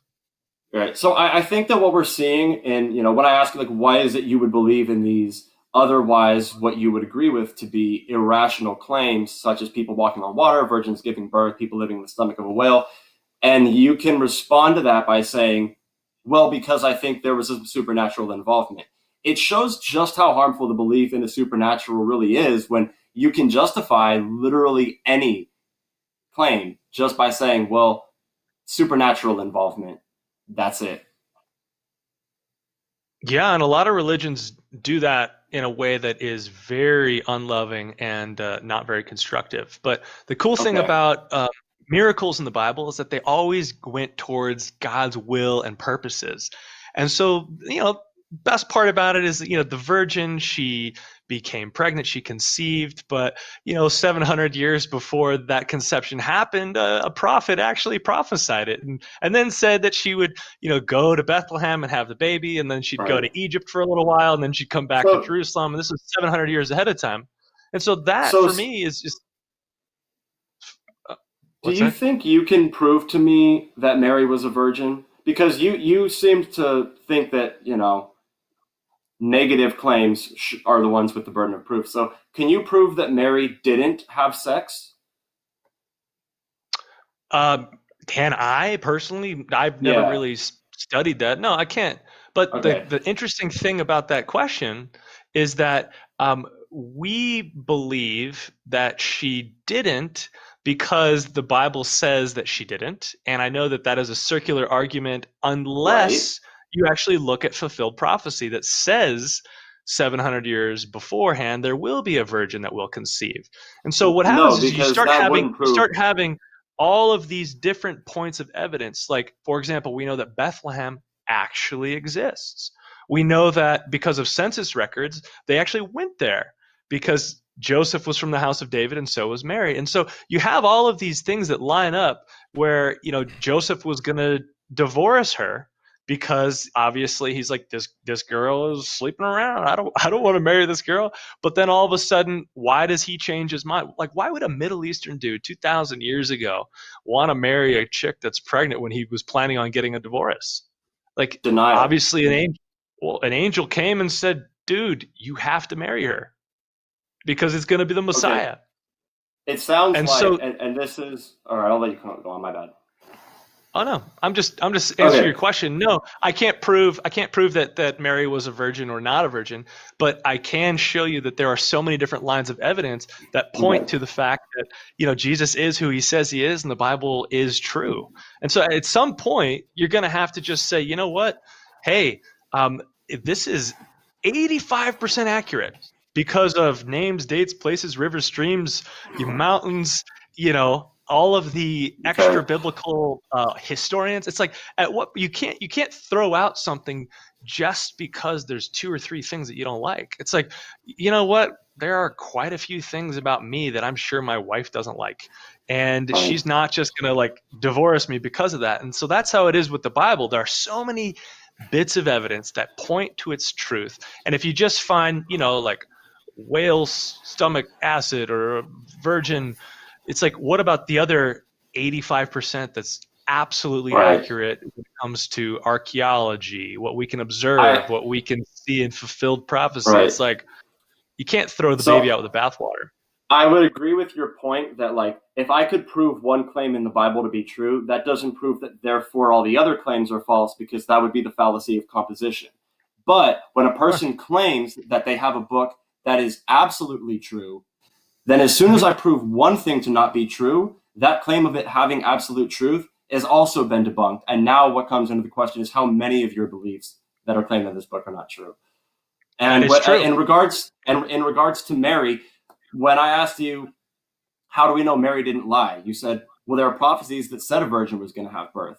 That doesn't prove that she didn't lie. Mary could have been a person who read that prophecy. Now, if you're a woman and if you're in Mary's position, right, and you cheated on Joseph, because that's probably what happened in real life, if you cheated on Joseph and you were pregnant and you don't know what to do, and you know that there has been this prophecy around for thousands of years, and you know that if anyone finds out that you cheated on your husband, let alone had sex before marriage, you would be killed in front of your father. This is biblical rule, by the way. So she had a motive to lie about it. She doesn't want to get killed. So when I ask you, how do we know Mary didn't lie about being a virgin? You say, well, because there's a prophecy that said a virgin would give birth. Well, I'm asking you how we know she was a virgin, not just claiming that she was one. Great. I think I could ask you the same question. What evidence do you have to support the fact that Mary lied? This is a two-coque fallacy and a burden of proof. No, you were asking. You were making a claim. Like, how do I know that Mary didn't lie? So then I gave you reasons why I thought she didn't lie. So then I'm just saying, hey, why do you think she lied? But to get back to your first point about how you want to prove one thing, right? Well, what's interesting is that you said yourself from the beginning that you cannot prove that only natural laws operate in the universe. And then you also said the inverse of that is that you cannot produce empirical data that shows that nothing supernatural operates. And so what you're really doing is you're coming back to the thing at the beginning of the argument that you said you cannot do. And then when I tell you that there is a miracle in the Bible, you're trying to prove it wrong. And so what you're really doing is you're saying I can't prove what I'm claiming to prove, but then you're going through and picking out miracles and trying to prove the miracle's wrong. And so I just find this to be a little unproductive. Yeah. No, I find it to be a bit interesting that what I explained, and I'll go over it again, that my worldview of naturalism, more specifically methodological naturalism, holds that there's nothing more than natural elements, principles, and relations that have been proven to exist, and that the time to believe that something beyond the natural world exists is when evidence is presented. That's what I said. Right. And then you're asking. Yeah. Now, I have to tell you, I keep presenting evidence of supernatural, phenomena, but you don't like it. To say, I think that you are incapable of understanding the burden of proof fallacy, and for that reason, you're incapable of understanding why you're making a logical error. And I cannot help you until you learn the burden of proof fallacy. I'll tell you what. Why don't you just explain it right now? I'm here to learn. Explain what? Oh, the burden of proof fallacy? You just said I don't know. Yes. I'm ready. Can we do it, Marlon? Let's take some time here and let's get educated. Okay. So the burden lies on a person who is making positive claims. Okay. So if I make the claim that my dog talks, it's not a matter of, okay, present me with evidence that my dog didn't talk. Can you provide me with any empirical data to prove that my dog did not talk? You couldn't do it. But what you could do is you could ask me to provide you with evidence that my dog did talk. And as I try and fail and fail again miserably while claiming that everything I'm saying is evidence, you're not going to be convinced of it. Okay, so the burden of proof in any circumstance, if we're being rational here, the burden of proof lies on the person who is making the claim. When a person says, well, you can't prove that isn't true, as you do with the supernatural, that is the burden of proof fallacy. Is you are telling me that what I need to do is prove the supernatural doesn't exist. And what I'm saying is, no, all I have to do is point out that there isn't any proof that it does. Well, let's apply what we just learned to our conversation today. So your claim is that only natural laws and forces operate in the universe. Have been proven to operate in the universe. That could be that's version. I made the Oxford distinction. English Dictionary, sure. Yeah, but do you remember when you said about Christianity how you don't like the dictionary definition of Christianity? Sure. So you gave the definition that you felt right. So I'm not. And I supported my claim. Right. So I'm not a prescriptivist. Right. So I'll just say the Bible is true. When you read the Oxford definition I'll support it. of naturalism, you're probably not reading methodological naturalism, and that's a specific. It's still naturalism, Okay. but it's a So what's specific your form of claim? naturalism. You make it up then. You do what I did at the beginning, where I Okay. made up my own definition, and then we'll see if you can support your claim. Okay. I will read it a third time, and that's fine with me. My worldview of naturalism, or more specifically, methodological naturalism, holds that there's nothing more than natural elements, principles, and relations that have been proven to exist, and that the time to believe that something beyond the natural world exists is when evidence is presented. Okay. So the thing about it is that you're not accepting any of the evidence. Or you are claiming things to be evidence when they aren't. All right, we got to conclude this Okay. portion. We're going to get to conclude Okay. this. So, all right, now, so we're going to transition to our closing statements. So, Shane, you're up for your 5-minute closing, man. Okay. All right. So I would say that I do think the conversation's been productive. I think it gives people of different worldviews the opportunity to look at where we stand. I do feel like I just could not get the point across that a burden of proof fallacy was being committed for a pretty good portion of the discussion. I believe that, as I said 3 times, natural elements, principles, and relations are the things that have been proven to exist, and the time to believe that something beyond the natural world exists is when evidence is presented. So when he's asking me to provide empirical data proving that nothing supernatural exists, it is making that argument of saying, well, you prove it doesn't exist. And I'm simply saying it hasn't been proven to exist. The burden of proof does not lie on the person who makes, the burden of proof lies on the person who makes the positive claim, not on the person who doesn't believe them. So it isn't unreasonable for someone to lack a belief in the supernatural when they simply lack a reason to believe in the supernatural. I found it a bit interesting because I was going to ask him, does the Bible say that there is no fear in love?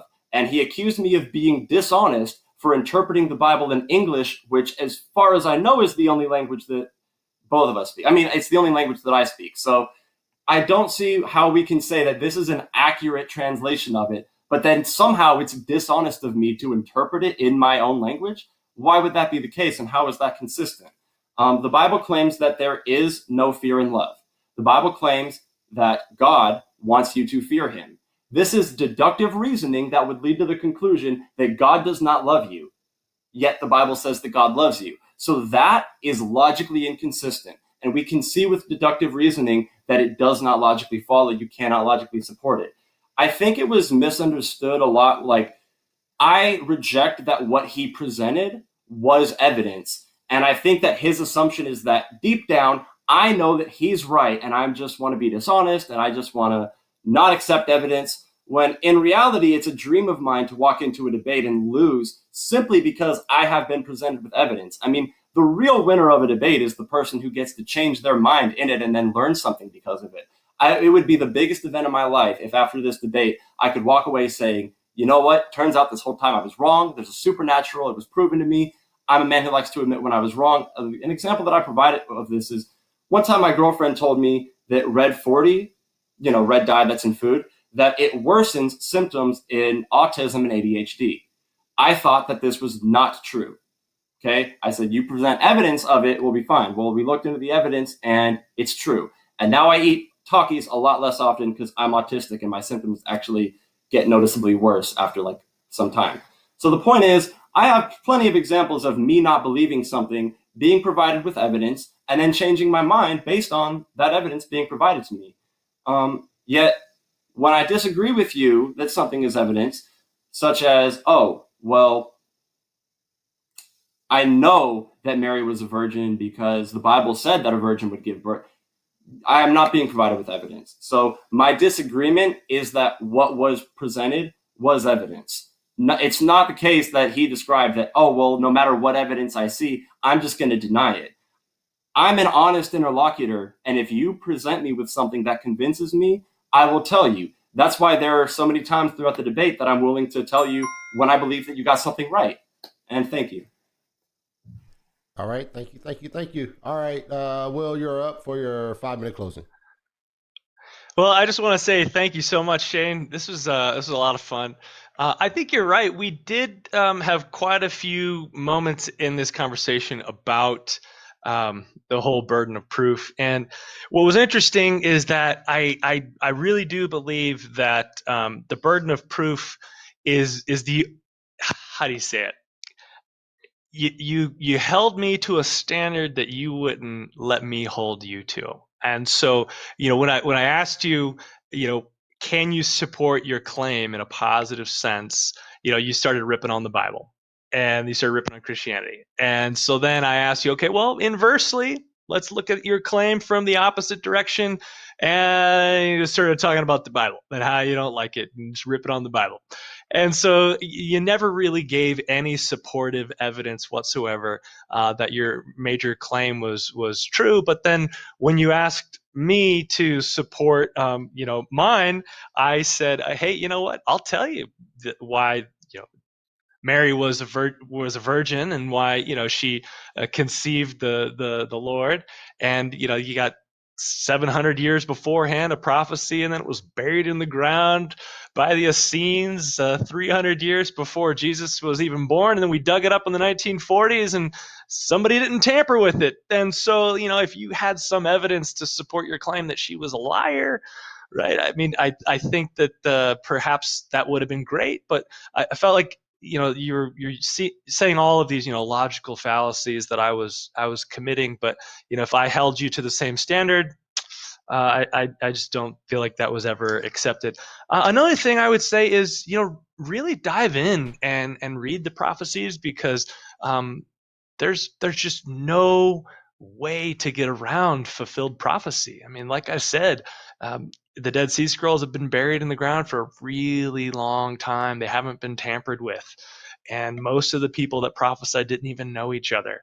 And so for them to be fulfilled, it's just like, yeah, you probably have what Darwin was looking for is, somebody who, didn't have this partiality. And so I think there is some truth in your claim, where I do believe that in your heart of hearts, you did hear some pretty good evidence tonight, and you knew what was right or wrong. But because of the the block that you have towards a really important source of truth, that just is not going to come down. And so I felt like in the conversation, I agreed with you, on a lot of naturalistic explanations. Like, for example, the whale. I believe that, yeah, if whale acid gets on human skin, that's a bad thing. But if whale acid is somehow protected, people drowned when they walk on water. But if somehow the laws of physics were bent, that's these are all things. I wish we could have gotten into the evolution debate. That would have been awesome, because I actually wrote a book called "What is Evolution," and it goes into the fact that evolution is completely unreasonable, illogical, and not supported by empirical data. So maybe that could be a different debate. And I also really wanted to get into your questions of the old people, right? You said that the people lived, like Noah was really old, and all of the ages of those people. Actually, that's actually one that's not a miracle. That is not a miracle. And I can tell you a really great book. It's called Genetic Entropy. It's written by Dr. John Sanford. He basically talks about how the universe is moving towards its slow, cold death, right? We have this thing called entropy in the universe, and believe it or not, we have found in the human genome that we have entropy. So if you look at your genome, you look at your grandparents' genome, you're going to see a number of deleterious mutations that are forming and accumulating on each successive generation. It's about 100 to 200 deleterious mutations per generation. So your parents and your grandparents have a cleaner, less mutated bit of DNA than you do. And so this is all through the study of the human genome. No miracle needed for Noah to be old. He just lived a long time ago, and he was many, many generations in the past. And so the first humans, first Homo sapiens, whether or not you believe that's Adam and Eve or not, they had very, very pure DNA, and they had longer life expectancies, and you should look it up. No miracle necessary for old ages in the Bible. All right. Thank you guys for those closing remarks. I appreciate you both. All right, so now we're going to transition to our Q&A. And let me get this time off the screen real quick. Oh, it's already gone. Cool. All right, so I saw this Q&A. What's up, Shane? Okay. I saw someone in the live chat say, like, I wonder if Shane loves his mom as much as he loves his dog. I bet he doesn't. I was like, okay. I don't know where that's coming from, but all right. I probably don't love my mom as much. That wasn't all right. kind. Live chat people, be that's kind. That's my. No, I don't hold anyone else accountable for live chat people. That's just they're always fun. So. Yeah, the troll mob is real. Yep, no matter what they believe. So yeah, we're gonna jump to so true. Yeah, sorry about that, man, but we're gonna jump into this real quick. I got a couple super chats coming to the bottom of the screen. That's from Robert Rowe. What's up, buddy? How you doing, man? How did Jews interpret Isaiah 7:14 for 700 years before the New Testament? No Jew pre-New Testament believed that a dying, rising Messiah will be born from a virgin birth. You want to take a shot at that one, Mr. William? Well, that's a pretty big claim you got there, Sentinel Apologetics, for $5. Yeah, support your claim. I don't see the scriptures saying that wasn't prophesied, but hey, I don't have the Bible memorized, so I guess you'd have to support that. No Jew believed it. Support that claim, Robert. Support that claim. What you got, Shane? Any thoughts on that statement? As far as how did Jews interpret it, yeah, I would have to give the classic skeptical answer of I don't know. All right, Robert. They give some more feedback on what you first. Who the question is for? Because I want you to attach who the question is directly for, Robert. So. Next time, do that for me. Thank you for the super chat, though, brother. Appreciate you, man. All right. After that, we got Jungle Jargon. Thank you for the super chat. And this is more of a statement, and I think it's towards you, Shane. Nature cannot account for itself. No exception. Okay. I mean, nature cannot account for itself. No exception. Things within the natural world seem to. Like things like mines, for example, which exist in the material world. I don't know what else to say for that. It just seems like that person's stating like an opinion of theirs. All right, Will, what are your thoughts, man?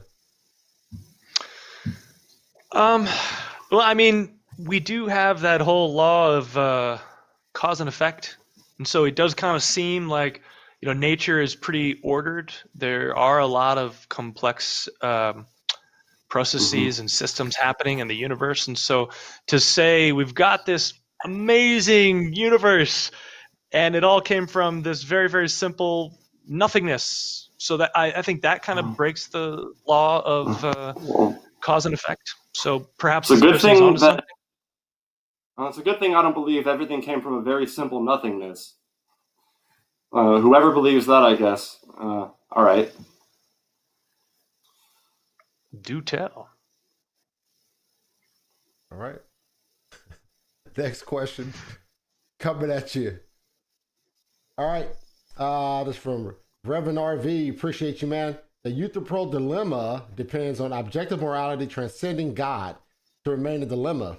Does this show that objective logic could be transcended too? Shane? William? You guys got to start attaching the name of these questions before. I never thought about that. Before. Yeah. I mean, every time I read the question, I'm kind of stuck on it. To remain a dilemma, does this show that objective logic, could be transcendent too? No. I think if you were to prove morality being objective, morality and logic are not the same thing. So proving that that one is objective or one that is transcendent, it wouldn't prove that therefore the other one is too, because they're different things. They're somewhat intertwined, but they're not the same thing. So no. All right, Will, any thoughts? I've never really studied this idea before. I mean, I'd love to dive into it, I guess. It seems fun, but I've never really put any thought into this question in my entire life. Just being honest. All right. Next question coming at you. This one's for Shane. You seem to be All right. critiquing young Earth creation, but per the title of the debate, should you also be showing a more plausible explanation than old Earth creation and a local flood also? Right. You seem to be critiquing young Earth creationism. The reason for that is because I did a little bit of research on William's views, and I found that he was a young Earth creationist. In my opinion, was I mistaken? Is that not the case? I believe in the Bible, so if that's what you get from reading the Bible, then Okay. perhaps. So in my honest opinion, I think that young Earth creationism is more consistent with the Bible as to where old Earth creationism is more consistent with reality. Interesting. Okay. All right. What you say, Will? Any thoughts on that? Well, I would say that Shane is very astute and quite wise in what the Bible says about young Earth creationism. I really can't see how you can cram in all of this extra biblical information and then try to say, "Oh, this is what the Bible says."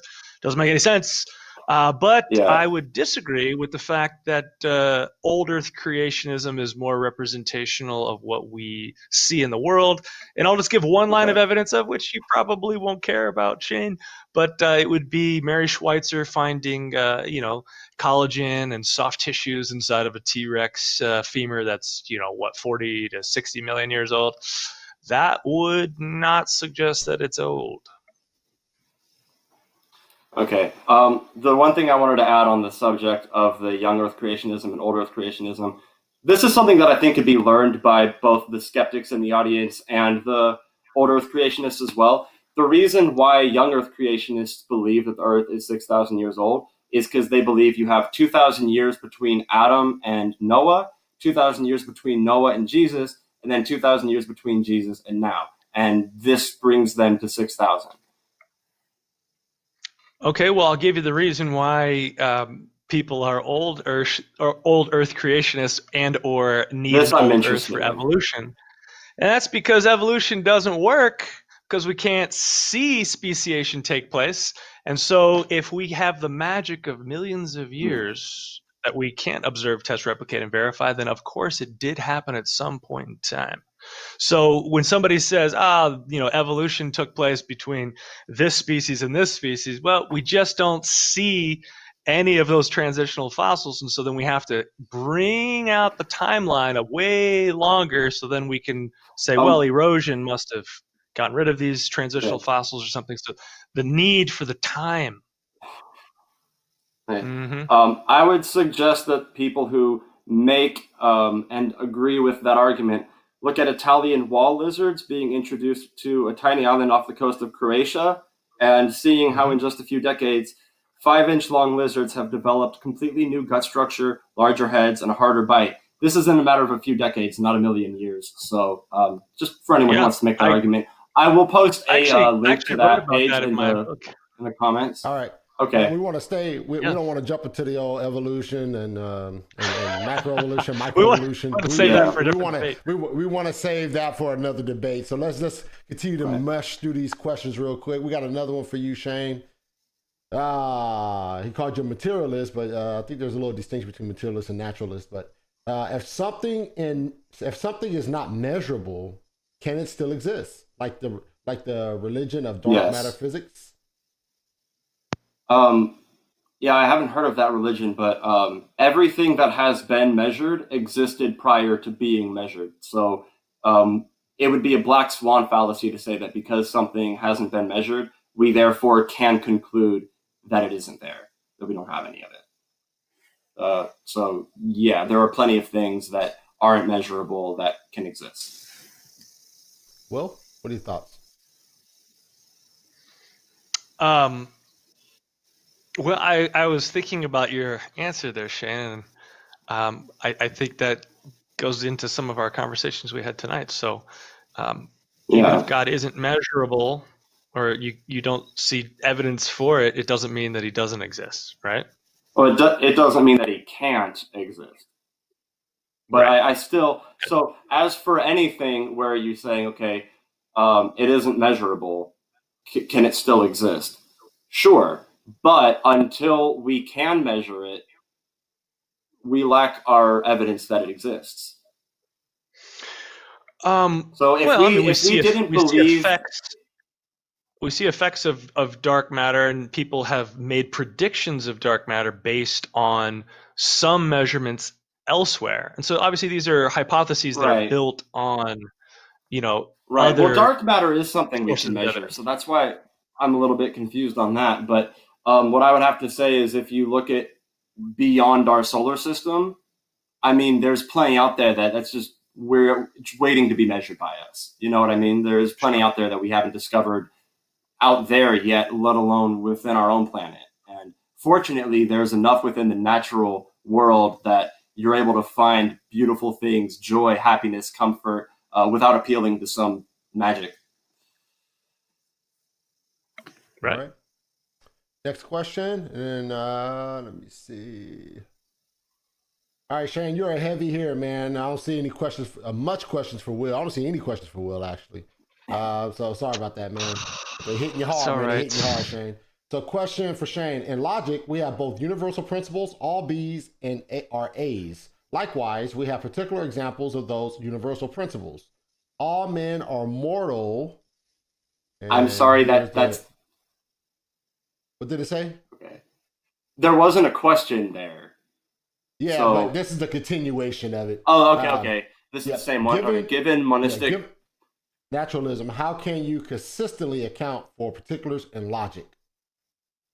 Well, we test logic to see that it works. Logic and reason are the two things, at least that I'm aware of, that we necessarily have to presuppose just in order to think.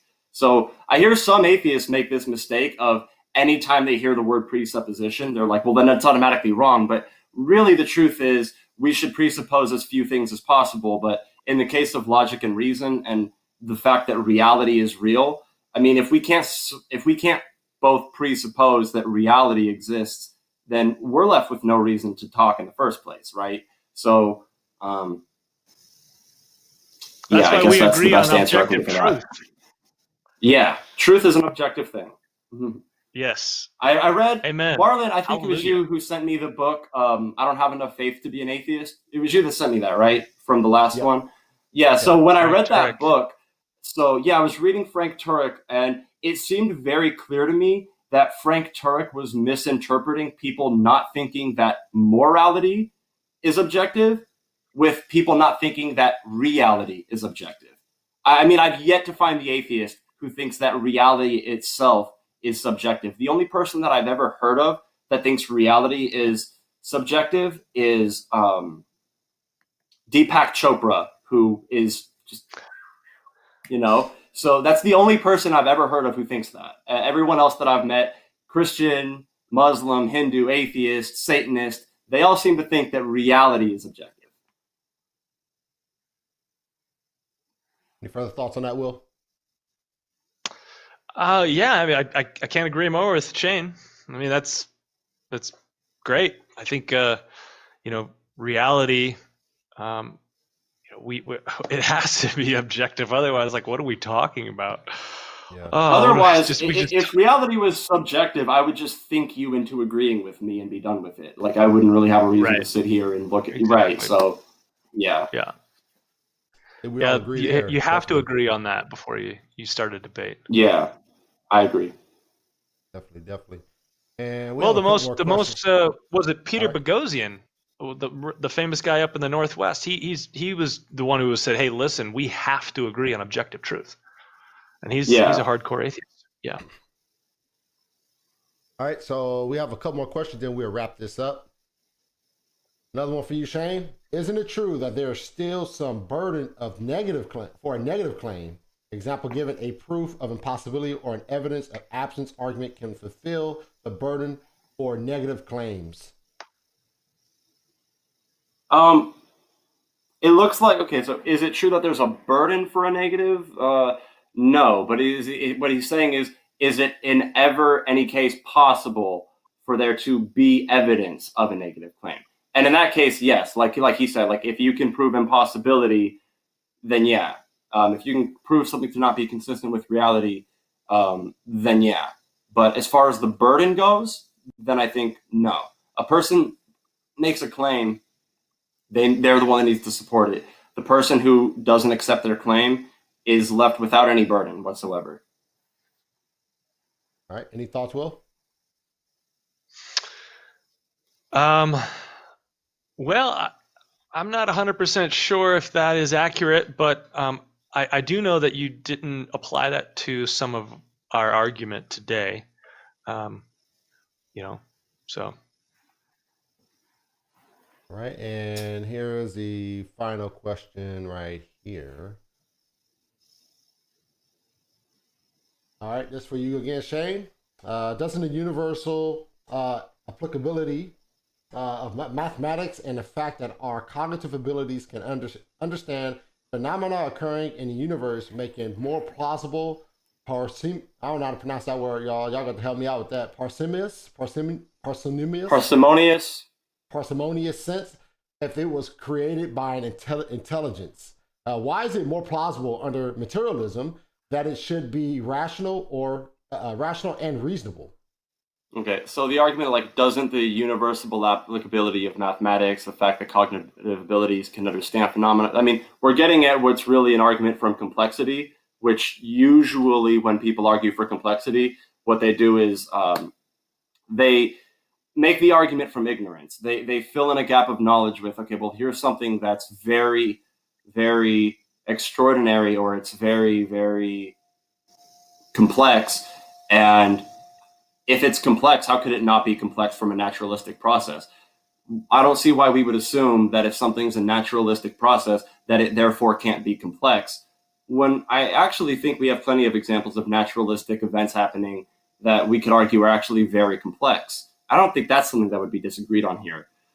Why is it more plausible under materialism that it should be rational and reasonable? Well, we live in a material world. It seems more reasonable to me that the material world came about through material processes than the material world came about from some magic supernatural thing prior to materials existing. Look like I have a couple of super chats here. But Will, what are your thoughts on that statement? Well, I can see how you want to brush off the argument, by saying, oh, this is the fallacy of arguing from ignorance of, complexity and this and that. But, this really is the heart of it.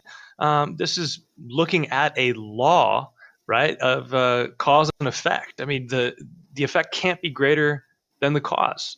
And so what's interesting is that we think in a naturalistic worldview that you're going to have something that is very rudimentary that goes through this process and evolves and gets bigger and more complex and this and that. Well, we just don't see that happening anywhere. And the big claim is that it happened with the universe. But when we look at the universe, it's slowly dying. It is slowly getting colder and less momentous and active, and we see that in our genome, like I mentioned earlier, and we just don't see mud turning into the complexity in the cell. We don't see organisms splitting off and branching off into multiple species and going from one species to millions of species. And so I'm just saying, like, the law of cause and effect, I think, is not easily brushed off as ignorance to complexity. I think that there's a lot of wisdom and empirical data that we can see in the universe that, we need to be questioning. How can consciousness arise from non-consciousness? Like, how can biology and life arise from non-life? It's the law of abiogenesis that Louis Pasteur proved not to be true. I mean, that's kind of like saying, like, how can water come about from non-water? Well, hydrogen, then oxygen. That's how. It wasn't water to begin with, but when put together, these things became water. And just like that, the material explanation for your brain is how you have consciousness from non-consciousness. When they came together, they formed this.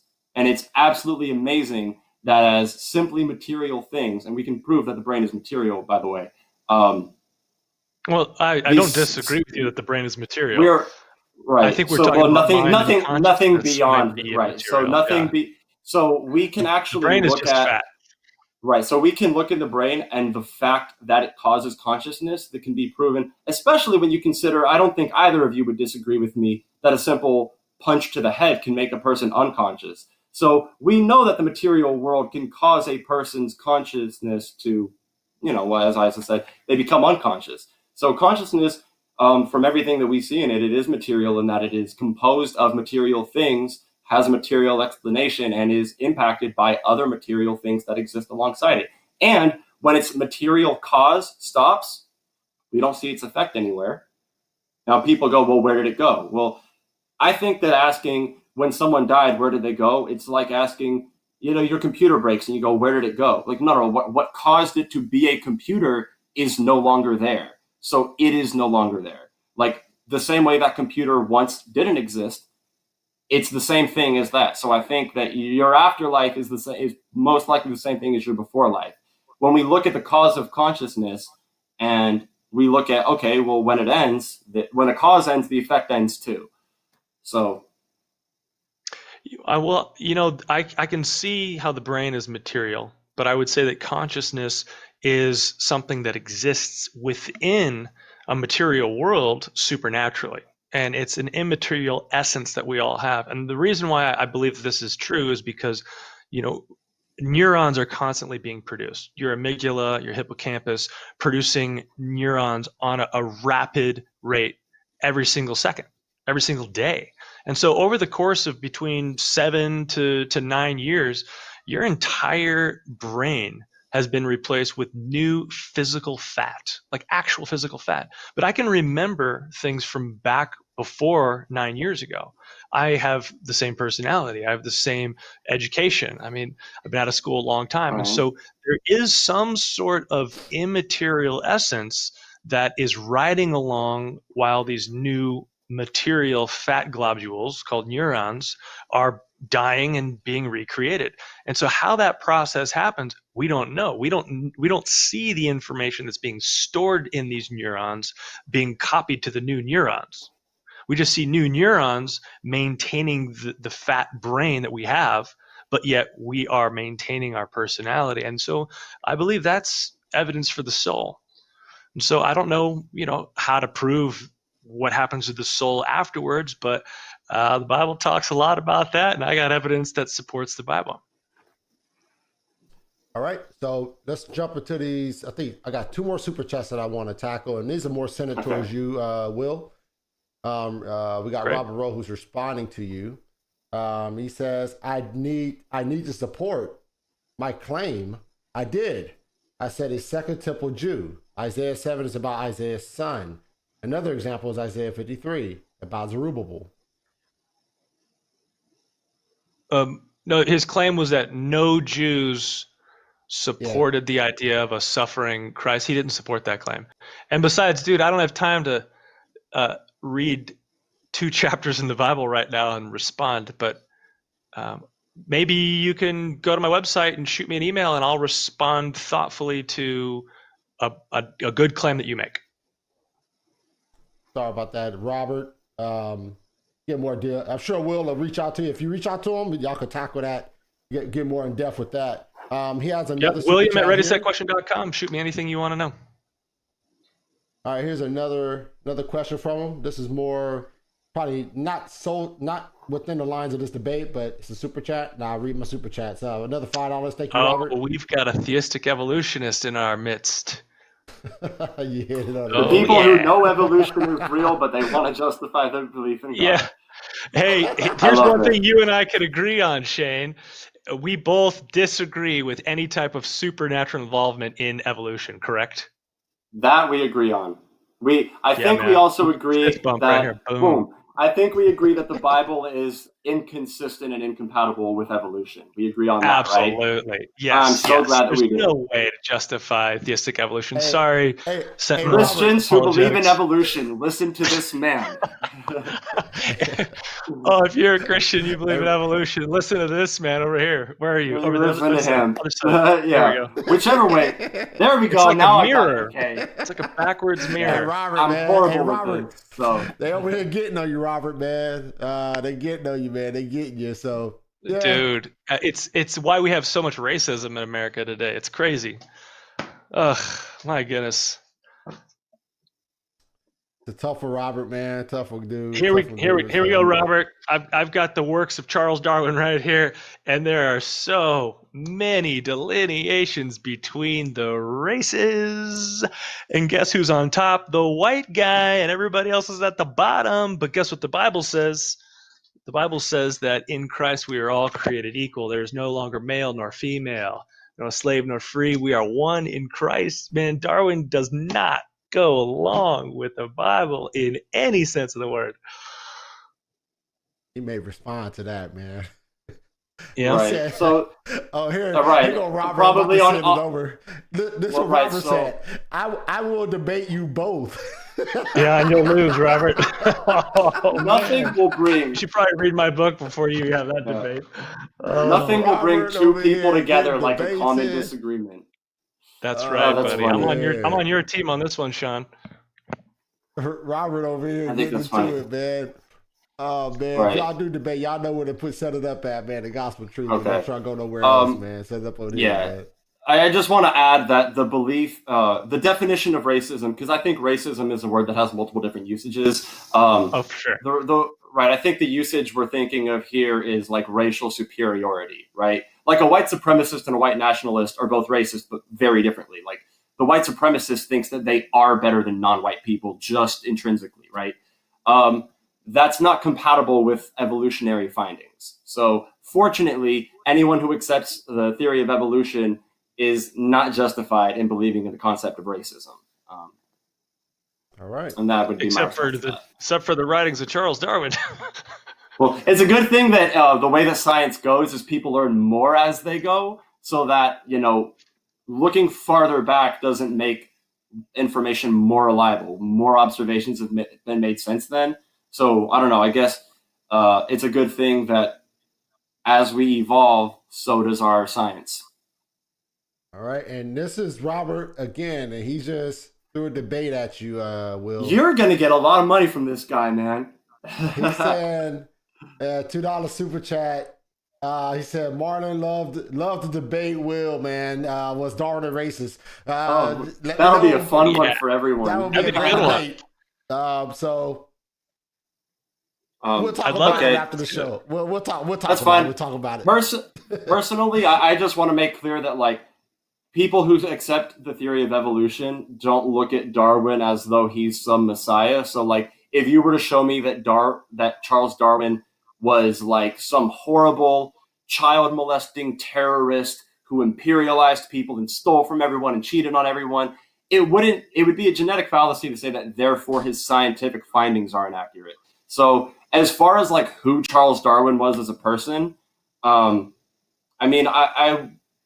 again, I'm sure there were plenty of things about him that I wouldn't like, but I'm not going to disagree with his scientific findings for that reason. Just like I have fellow atheist activists that I've had some fallings out, however you would say that. But even though we don't get along anymore, I still credit them for the arguments that they've presented to the discussion and the work that they've done. So there are plenty of people who are scientists. There are plenty of scientists who are actually very immoral. Think Pavlov. I mean, he was torturing dogs. He learned from it, but he was torturing them. So I don't know. Yeah, I guess maybe a better debate for the Sentinel apologetics guy would be, are the writings of Charles Darwin in support of evolution inherently racist? Right? That would be a good debate. Yeah. I agree with you on that debate title. Yeah. So. All right, I guess that will conclude our Q&A. But we're over here setting up debates for. That's how the gospel. That's how the gospel truth get down, man. That's how it works, man. You coming to the gospel truth octagon, man. We're gonna set up more debates, man. in the middle of debates. That's how we get down over here, man. Yeah. Good stuff, Why not? man. Yeah. Thank you. Hey, guys we for both coming on wore the show, plaid man. today, man. Great minds think alike. Yes. Yeah. Worked out great. Hey, Shane, over the live chat, somebody said you up here trying to be like a little white Debo, man. You go little white Debo. I must look from huge on Friday. camera. I'm a really skinny guy in real life, just so we all. I'm over 6'2", and I my weight fluctuates between 140 and 150. So I'm no Debo, I promise you. Yeah, I'm no Debo.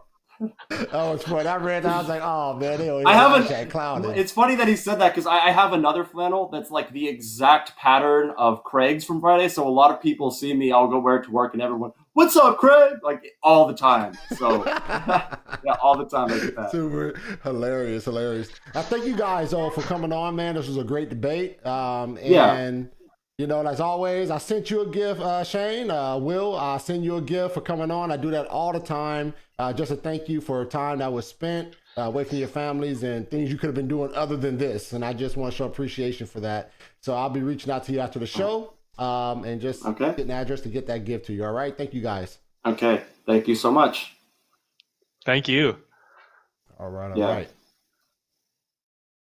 All right, folks, another great debate. I thank you for coming on The Gospel Truth, Shane and Will, and I thank everyone out there for joining me on this episode. It was great. A very entertaining debate. Not only did we talk about reason, logic, and empirical data for the worldviews that were interlocking today, but we also got to a little evolution.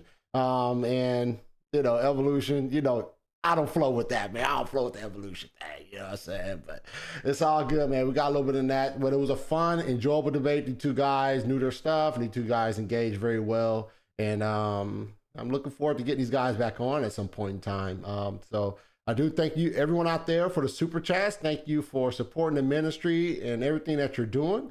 And as you know, the Gospel Truth is engaging the culture of Christian truth, and we are spreading that gospel. So I can't leave you without first sharing the gospel.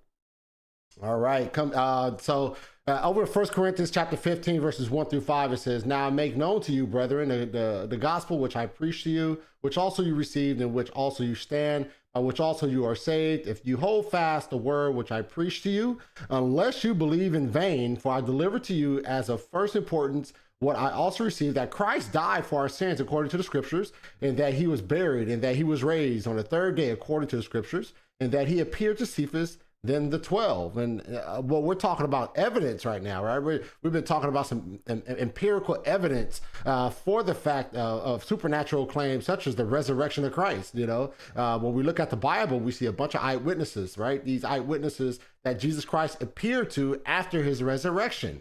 And that is evidence. And I pray that God will open your heart to the revelation of that evidence so that you will understand that evidence is true. You know, obviously me and Shane, we disagree on the understanding of the existence of God. So I do pray this for Shane as well. And I pray this for any atheist that come on the show, or any Mormon, or any Jehovah's Witness, anybody that's outside of the Christian fold. I pray that God will open their heart and receive the gospel. It's extremely important. These eternal ramifications for them to believe, because the weight of God's wrath is on them.